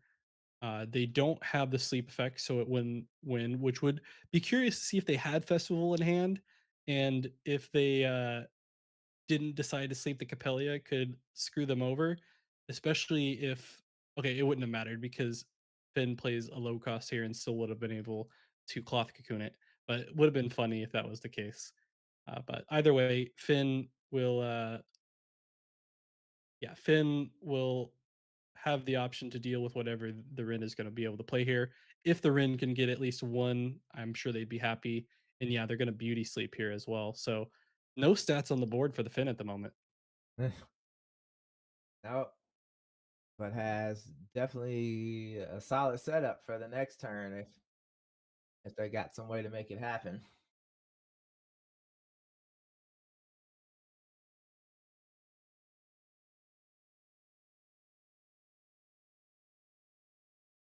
As we are waiting on to see what the Finn player is going to do here.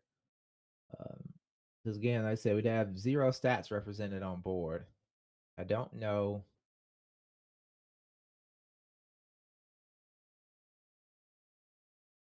because that beauty sleep as looming there could just play out again and sleep your third target. Then you'd have to see if you have some way, something that you could play to stall out. And that's probably what we're trying to figure out here. Is do we have something that we can play after getting slept that would stop the 2-0 for the game to be over?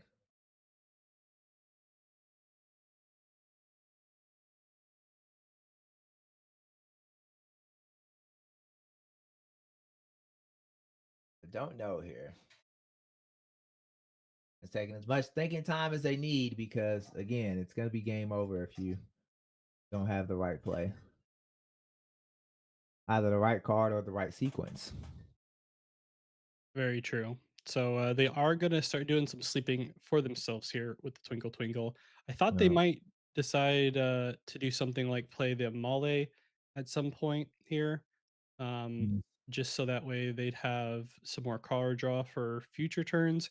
But they are pretty far behind, and I don't know if they can afford to give up a 1 for 1. So they do decide to sleep the Capella. Always interesting to give more cards on the board for an opponent that's playing Festival. At this point, they can't really afford to play against the Festival. They have the Cloth Cocoon ready if it ever becomes an issue, but otherwise, it's shouldn't be that big of a deal.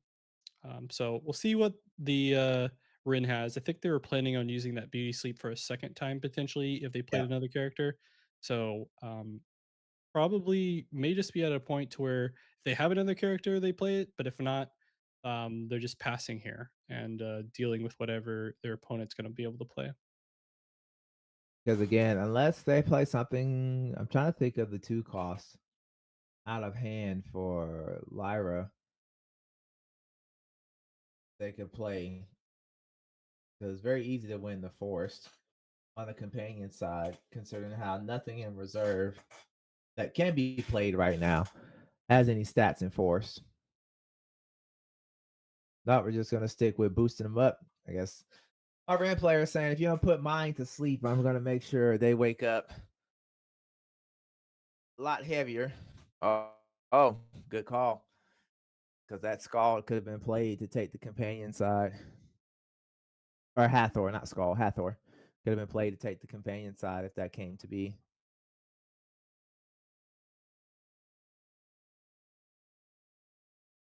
I'm playing the Sap Duende for free here. Taking it advance.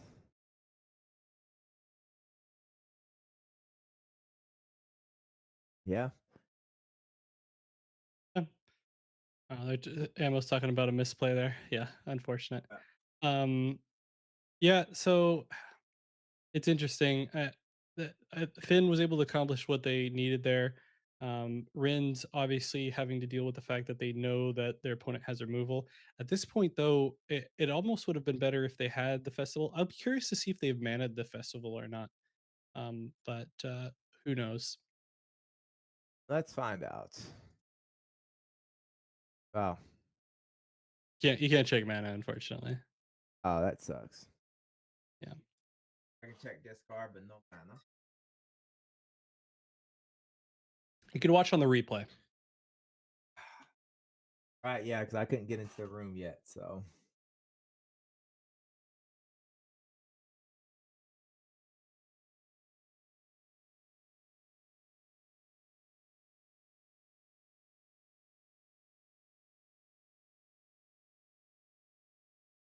Brand's taking quite a bit of time here. Again, so much of this game here is going to be determined upon not just having the right card, but sequencing correctly as well too.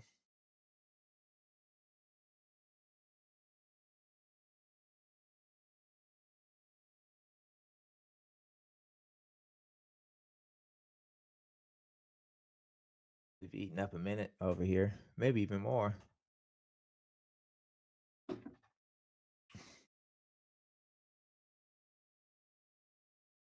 Laughing the fleeting on the Lyre Cloth Dancer. Okay, we're sleeping the Tanuki. Yeah, some really fun uniques here for the Ren player that have the ability to do things like give characters fleeting as well as sleep. So it can be quite good setups typically for the festival. And it's not a surprise that we see them in the top tables here all the way into the fifth round. Oh yeah, for certain. I said it's just a deliberate right now here, thinking of making stuff, making sure again things are sequenced correctly, because that's the other double-sided coin of sleep. Sure, it helps with the temporary success now, but you could be setting yourself back on the next day.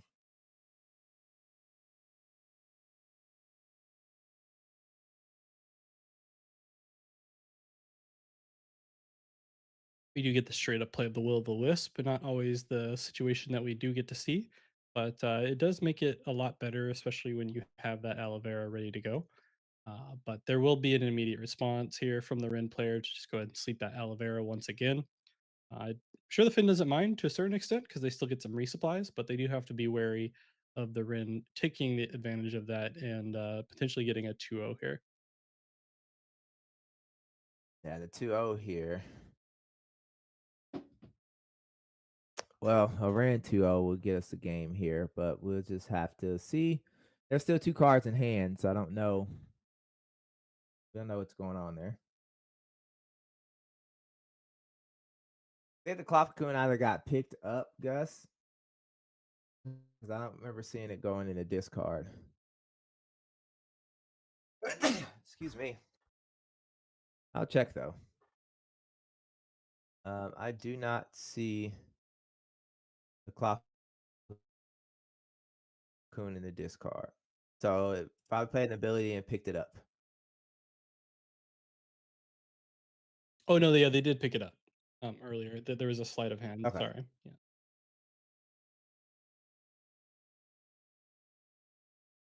So we do get a situation here of the latest card played takes priority here. Persephone played after the Will of the Wisp, so now it is forest that matters and not water, which makes it interesting why they would sleep the aloe vera either way because they'd still be in a good spot if they had not slept the aloe vera. So maybe they were just trying to delay a little bit, especially since they have no mana. And now they'll have to deal with some other cards that Finn has, plenty that are in hand potentially, and still 5 mana left to be played here. Um, More than likely not going to see them all. I can't imagine we'll be seeing the magical training either. So probably seeing a from hand play here. And if they can get over at least on one of these sides and block the other, um, they're looking pretty good, especially since they've had those other characters slept multiple times here by the Ren player. Right. And at this point, is like I said, Ren's kind of put themselves into a corner. Almost every character they have is fleeting except Persephone, and then they only got one card in hand. So very dangerous spot to be in here. And I'm with you as well too. All you got to do at this point is just if you can win one and block it, I think you are just fine. Yeah, you're talking about the interaction with Persephone. Yeah. Essentially, it's just the latest card played. I think they're explaining that to them now. That is correct. And Spartacus is confirming it with a we. As we get a unique hatter out, it's just a when play from hand. You put a card in reserve. You do draw a card.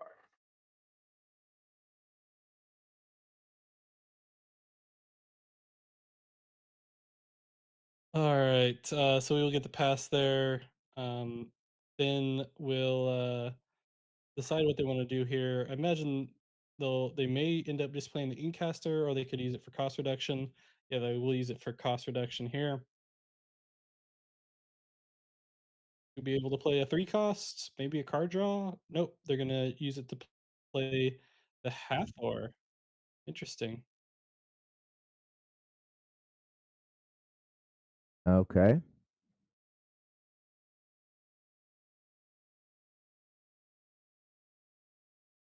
All right. So they do get end up going to 1 for 1 here. And gonna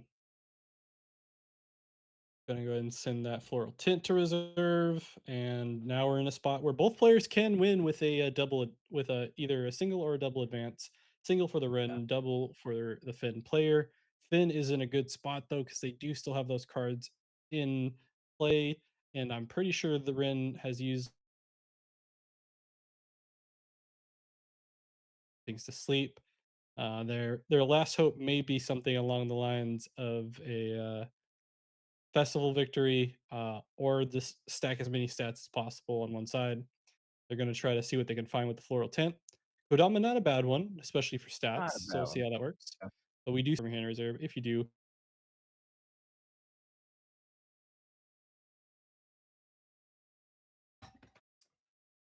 Yep, getting played immediately.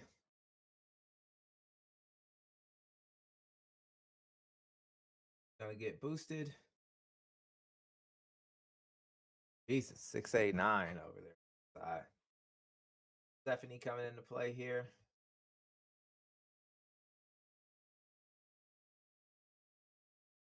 I would say force only matter. Popping reserve effects, picking cards back up. Which was that? Was that the unique hatter that got picked up? Yep. And we're playing it back down again. And now putting another hatter in there and drawing. Yeah, Ranch is in a bad spot at this point.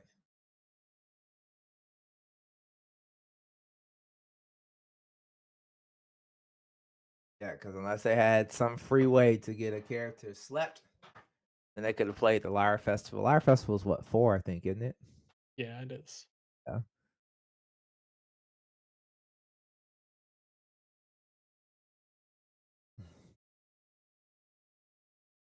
Maybe they're hoping the Finn player is going to help them out with a twinkle twinkle of sorts, but won't be the scenario. They're going to have to play the Kodama, stack some stats, try to beat out the Finn, but it looks like the Finn's going to be able to take this one Yeah. and beat the Ren player who decided to prioritize trying to win the game regularly, but Finn just got online, had too many resources for it to happen, and now it's probably going to be a Finn victory over the Ren and Orchid player, and they'll be in the final round to of round 6 after this to potentially win the whole event. Whoa, whoa. Got beauty sleep. Doing anything desperately to try to salvage this. Comes the commando. Got the boost right back to stall. So unless Oh, there's there, another the beauty sleep, beauty sleep, second beauty is there sleep. Come another on, beauty I was giving it to the Finn already. Make me wrong, Rin. Come on. sleep? We got another He beauty doesn't sleep. have it. Oh, he Oh, doesn't have it. Oh, boo. let's say what a comeback if he had the second copy of Beauty Sleep in hand, bro. Unfortunate. Crazy work. That was table one, wasn't it? It would have been the third copy because they already had one in the discard, but it could have happened. Okay. It could have happened.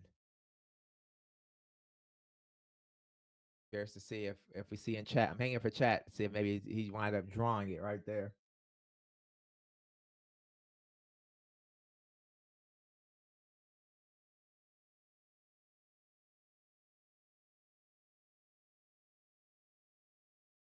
I have no clue. Don't know. Uh,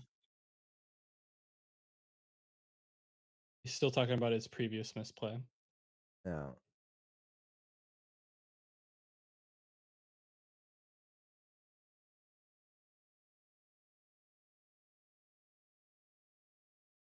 And I figure with Sap Duende in play here, anything boost doesn't look right. It's very easy just to make those numbers match. There it is. Finally. Probably a case of too little, too late, huh? Especially with that cloth cocoon looming, it's been sticking around for a while for the Finn player. Always waiting for it. So we'll see if Ammo is able to set it up here and force the Finn player to use it. And either way, it's looking more than likely that the Finn's able to take this come from behind victory, although it was a close one. And I appreciate both players for making this a fun one to watch on stream. Oh, for sure. Like I said, man, I thought that helping hand was coming heavy into play. So we got the Tanuki here to go ahead and take care of that beauty sleep. So you're gonna have to get sleep some other way, buddy. Definitely still some options. Could Kodama into an acapella training, but I don't think that is likely either, because both of them would be subject to different things. And yeah, they don't have it. They have a Tolarian skater. It's Yeah. able to get boosted up. That's all they have though. So best thing that they're hoping for is a 1 for 1. But Sapdowinde will dispel any thoughts of that here Yep. and swap it over to the Alavera, and it will be a GG. Congrats to Echo on the Finn. What? What a game. Yeah, because Echo was already negative 2 minutes in, so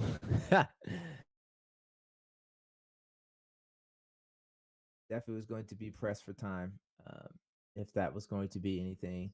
Again, the Ren player just needed one thing. I wonder what the misplay was, but Have to go back and check, but I'm not sure exactly.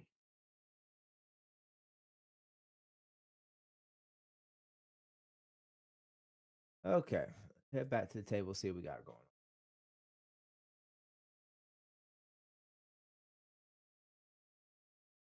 I do love how all colorful. It's super basic, but I do love the color of the new Asmodee stuff. All right. There's one game. Oh, that's 99%.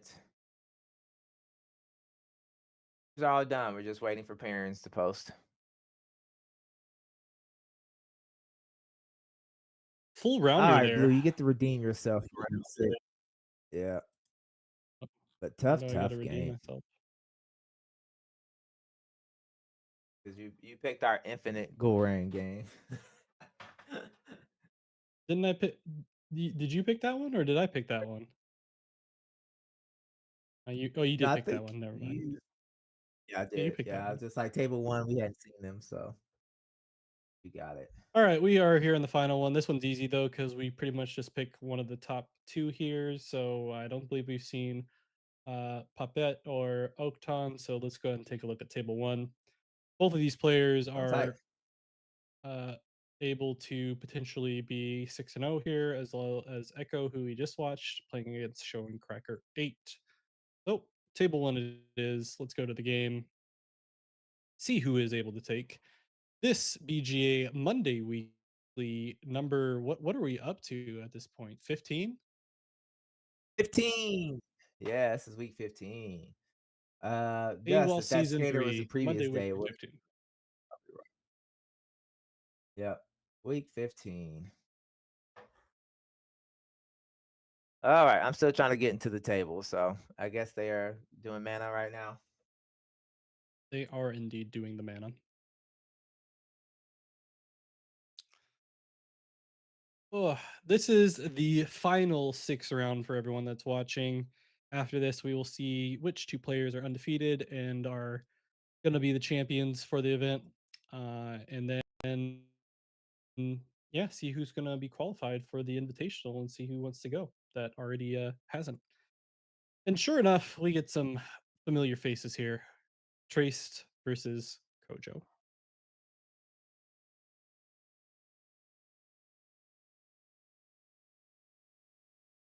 Good start for the Traced. Seems like a solid start for the Kojo as well.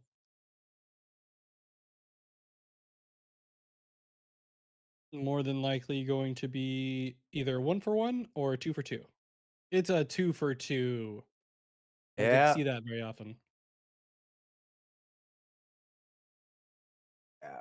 Keelan Elemental with those god tier stats for a two cost character always makes pushing a 2 for 1 or a 2-0 possible. Yeah, I'm sure both players aren't complaining here as far as their start. It's probably ideal for both. Surely Kojo would have preferred that the Trace didn't get 2 counters on the first day, but that's what you got to deal with. They will be on a Buddha turn though here momentarily, and will have the option to potentially get another double advance and put themselves just 3 advances away from winning the game entirely. So not a bad spot, but neither is the Trace at the moment. So this may be a quick little finals match here, or we get, and then we'll be able to watch the second finals match over on table 2. We'll see though. Right.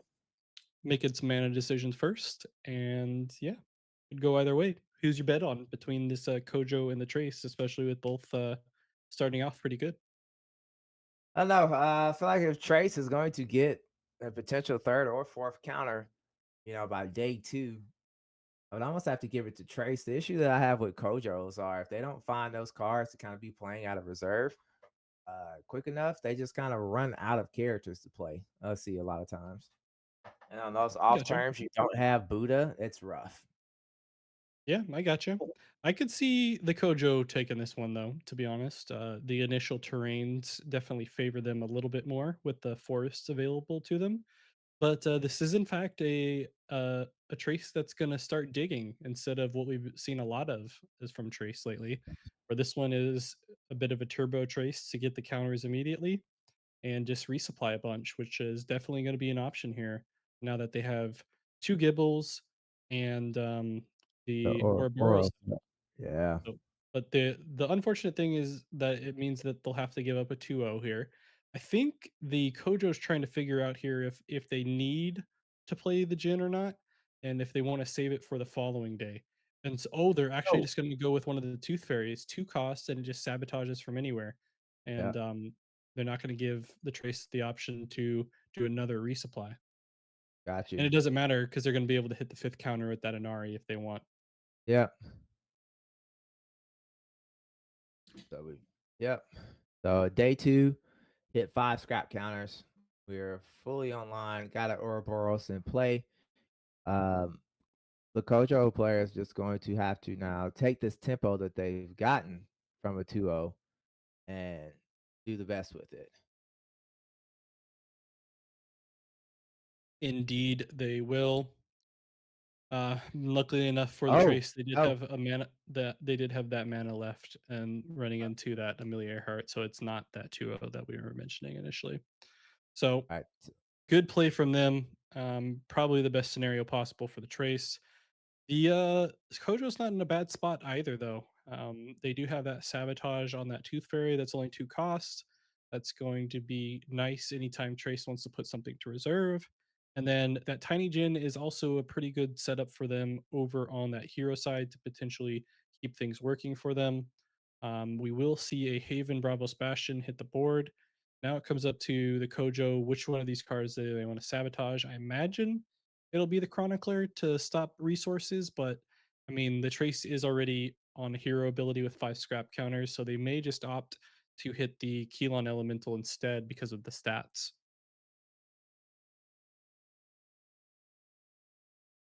Yeah, yeah. So initial thought was correct in the Chronicler. One less Yeah. resource for the Trace. But we'll see how the trace can respond. I think we'll probably see the hero ability immediately, and sure enough, we do. We'll see what they're able to get. Another Amelia Earhart, nice card to play, and we'll see Right. it come out immediately here. I think. Especially with the Haven boost. Man, every time you think that Kojo's like made a solid play to be able to make something happen, it just seems like Trace, everything just turns up traced on the following play. Yeah, I mean, I think there's a reason why both of these players are on a top table right now. Both players that we've seen play before, both players that we've seen do quite well. So it's expected to have some level of high level gameplay here, and either of them can still take this. The Kojo's now in a position where do they want to try to contest both sides to get an advance, or are they just happy to take one? They are going to delay it a little bit longer here by playing that Tiny Jin from hand, leaving the option to play that other Tiny Jin on either expedition to be able to get an advancement regardless. Main thing though will be is if it can deal with whatever the trace can play here. I imagine the trace all they have left is the elemental play or the card from hand, and that they won't be able to play both. Although I'm sure they do have some one costs. I don't think that will be the scenario here, but should be difficult. I mean, they are running pretty low on cards, and okay, so they are going to go Oh, to the play into the Kelonic heater just to have another card in reserve, and so they can keep on resupplying here with that Inari to find another card that may be a one cost that they really want. find out here if we're gonna go digging here, go fishing for something. The main one cost I'm sure they would be worried about here is another Amelia Earhart, but we do know that the Trace has hit two of them already, so the likelihood of hitting another is not as great, although they've gone through the majority of their deck. Yeah, I was gonna And say with the Ouroboros, it makes it a non-zero number. yeah, so they're going to keep on resupplying here to see if they can find anything. All they find here is the frozen delivery, so they won't be able to do anything. And now it'll end up being a 2 for 1 that'll let the Kojo be able to get the advantage here. They find a unique Repotter Otter though, which is may have been what the Trace was looking for the entire time. The Repotter Otter is 3 from hand, 3 from reserve, 1/1/3 in stats. From reserve, each player may put a card from their hand in reserve, and when a card goes from your hand or deck to reserve, then create a brass bug robot token and target expedition. Hey, we like when we get to Not a pick our bad setup here targets. for Trace. Yeah. Not at all. However, Kojo, it's doing what they need to do and keep that tempo to keep that pressure on. Um, However, though, again, we talk about that resource issue because we're gonna have to resource here. We've got the Tiny Gen in the reserve and 3 cards in hand here. Don't know. Thankfully, it's a Buddha turn. So I think at least if we can advance on one side, it's going to be a win for us. But can't afford to get 2-0 today. That's for sure. So we will see a sabotage coming out here. It's going to be big Instant. on that Repotter Otter, and it's going to be big in general because that just means that's one less resource for the Trace that just can get resources easily. So the Kojo has been able to balance that well. But sure enough, there's another unique Repotter Otter if you want to read that one off. When a card, it has when played from reserve, each player may put a card from their hand in reserve. And then a static of when a card goes from your hand or deck to reserve, create a brass bug token in target expedition. That's a 1, 2, 3 stat line. 3 from hand, 3 from reserve.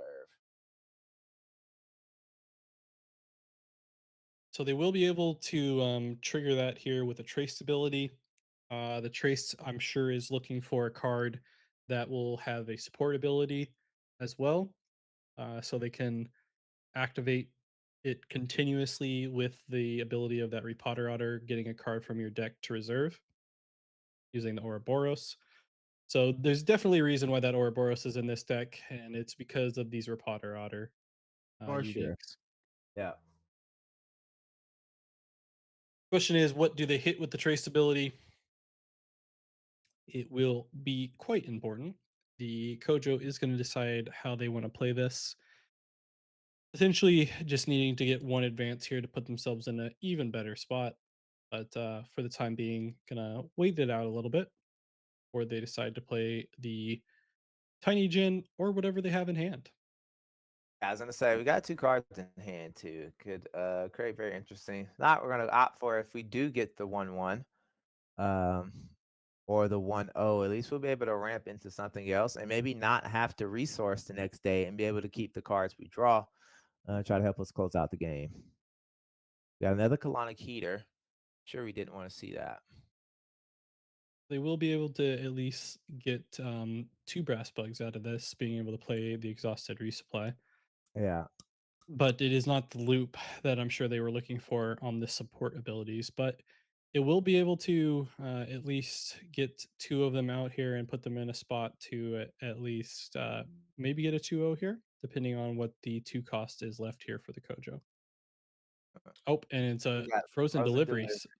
So that'll pretty much guarantee a 2-0 here for the trace. So if I'm the Kojo, okay, they do have the stats for the Sarengar, but it's gonna, yeah, they're automatically gonna use this and they're gonna be able to block um immediately. Yep. I got the Axiom Salvager coming into play here.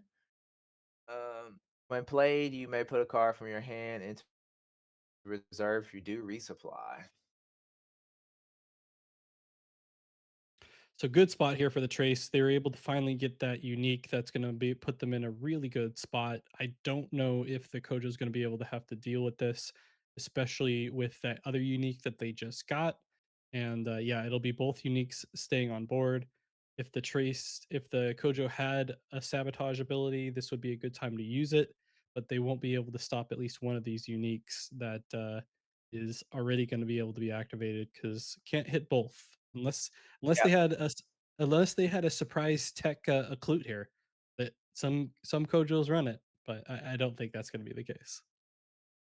No, I don't know. I don't know here. As a trace player though, Blue, which one are you playing first? The Otter or the Salvager? Oh, between that, you're playing the otter, Yeah.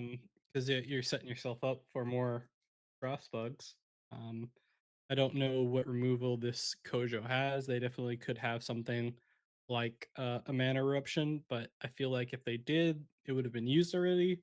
So I guess we'll see. But at the moment, things looking pretty good for the Trace. I think Kojo had a spot where they could have taken the game, but as soon as those uniques started popping up on the board, the Trace was looking like they were in a quite a good spot. That Kojo taking long read here. Trying to make sure they do at least the right start off play. Again, in these higher level games, sequencing a lot matters just as much as the quality of the cards as well too. Like we are going to go ahead and resource. So that we have enough between the two cards in our hand and what's in reserve. Yeah. So now waiting on the action here from the Trace player, deciding of these uniques I'd have to imagine they're going to play first. Really, the only thing that's stopping them here is going to be removal from the Kojo, but even that isn't super ideal for the Kojo because they're using resources to do it. But we're going to start off with that Potter Otter, like mentioned.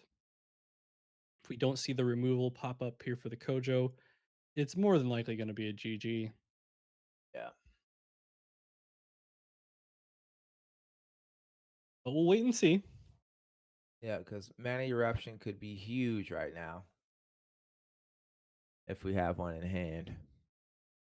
Mad Eruption, even a sabotage on the other unique might not be horrible either. But What we yeah, got us here. get the Haven out. Resupplies into a fairly good card in the Snowman, but The snowman. Not a good card in this particular situation. Oh, correct. got And another now that Inari here. yeah, now that Traced has the support ability active here, we're more than likely going to be seeing a lot of stuff happening here for the Trace player, especially since they've gone through their deck entirely at this point. and are more than likely to run into some more stuff. Um, Surprisingly, they didn't though. They just hit an elemental and a Keylon burst. But they do get Well, to do I some guess, more resupplies here, I think. yeah, we seen the trace tab removal ready to rock.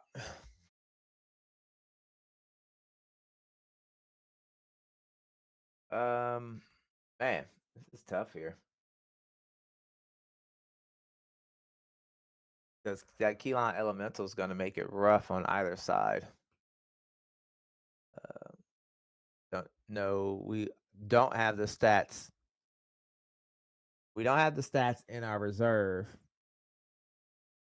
to stop at least the less from advancing. But if you focus so hard on the companion expedition, like I said, that Keylon Elemental is just going to absolutely swing it the rest of the way.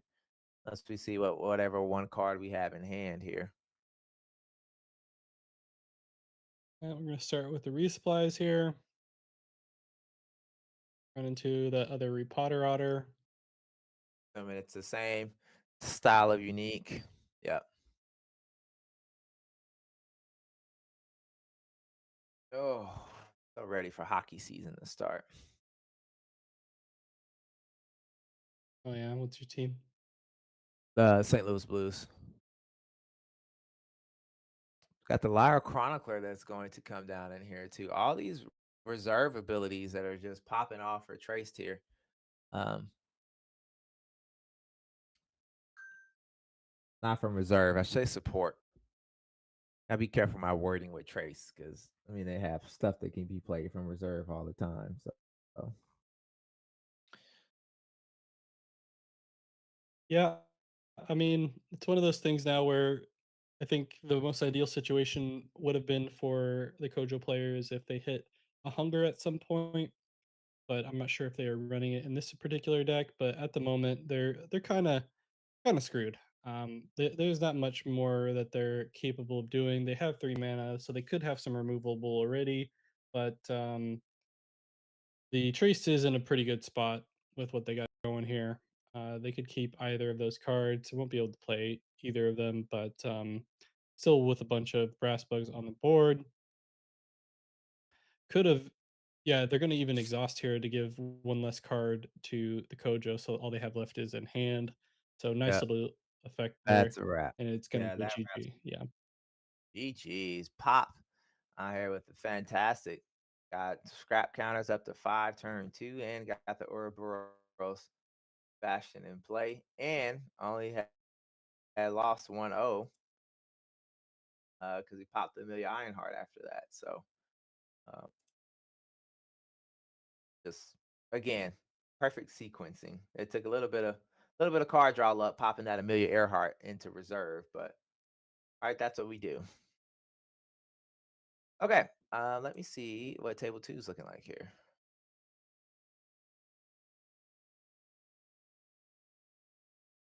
Looks like they're almost done. Yeah, I thought that game was going to be a lot You quicker than want to it try ended to up hop? being. Yeah, may as well check it out. Yeah.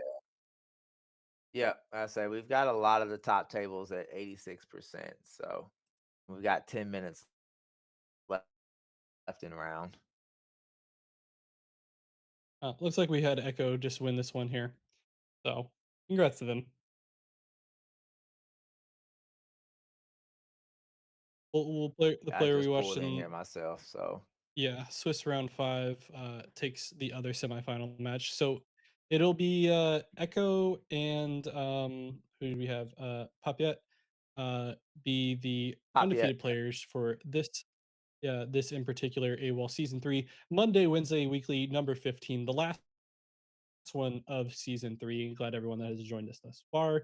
We still got a few more games running that we can jump into in the meantime, but those will be our top 2 players.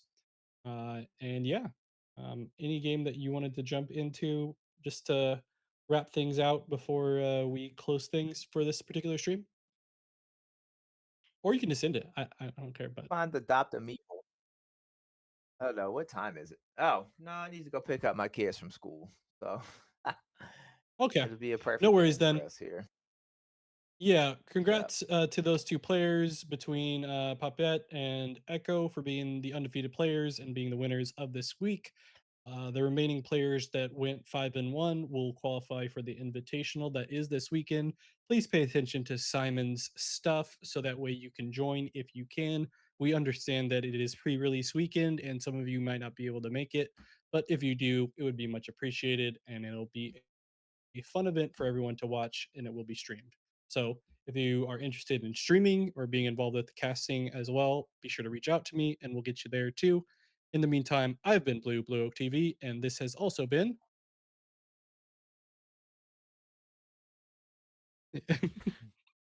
Mammalian as well. All right. And So, oh, no, I did it. It just, yeah, yeah, that's all I got. we, all right. Yep. So, guys, again, if you aren't subscribed to the channel, please do subscribe. So that way these VODs are available almost immediately as soon as we get done here. Okay, now the stream wants to start stuttering at the end. We're okay with that though. So continue to follow the channel as we're creeping almost to 700 subs. I think it was like 686 uh 580 686, I think is what I had seen. So channel is steps, we're pushing towards getting towards that 1K. We will be streaming I think we got Wednesday night AWOL, and then we've got the invitational this weekend, if I'm tracking correctly, for the other events we're streaming this week. All right. Oh, some more comments. I do have to participate more in the next season. We do too. And that will do it for us here. Again, Wednesday, if you didn't qualify today, Wednesday nights will be the Americas time friendly stream. So you're more than welcome to try your luck again in that one. Try to see if you are able to get in and get qualified for the last second invitational. And with that being said, thank you guys all for tuning in, and we will catch you all next time. Bye bye. Yeah, it started stuttering and crapping out on me at the end there. Right when you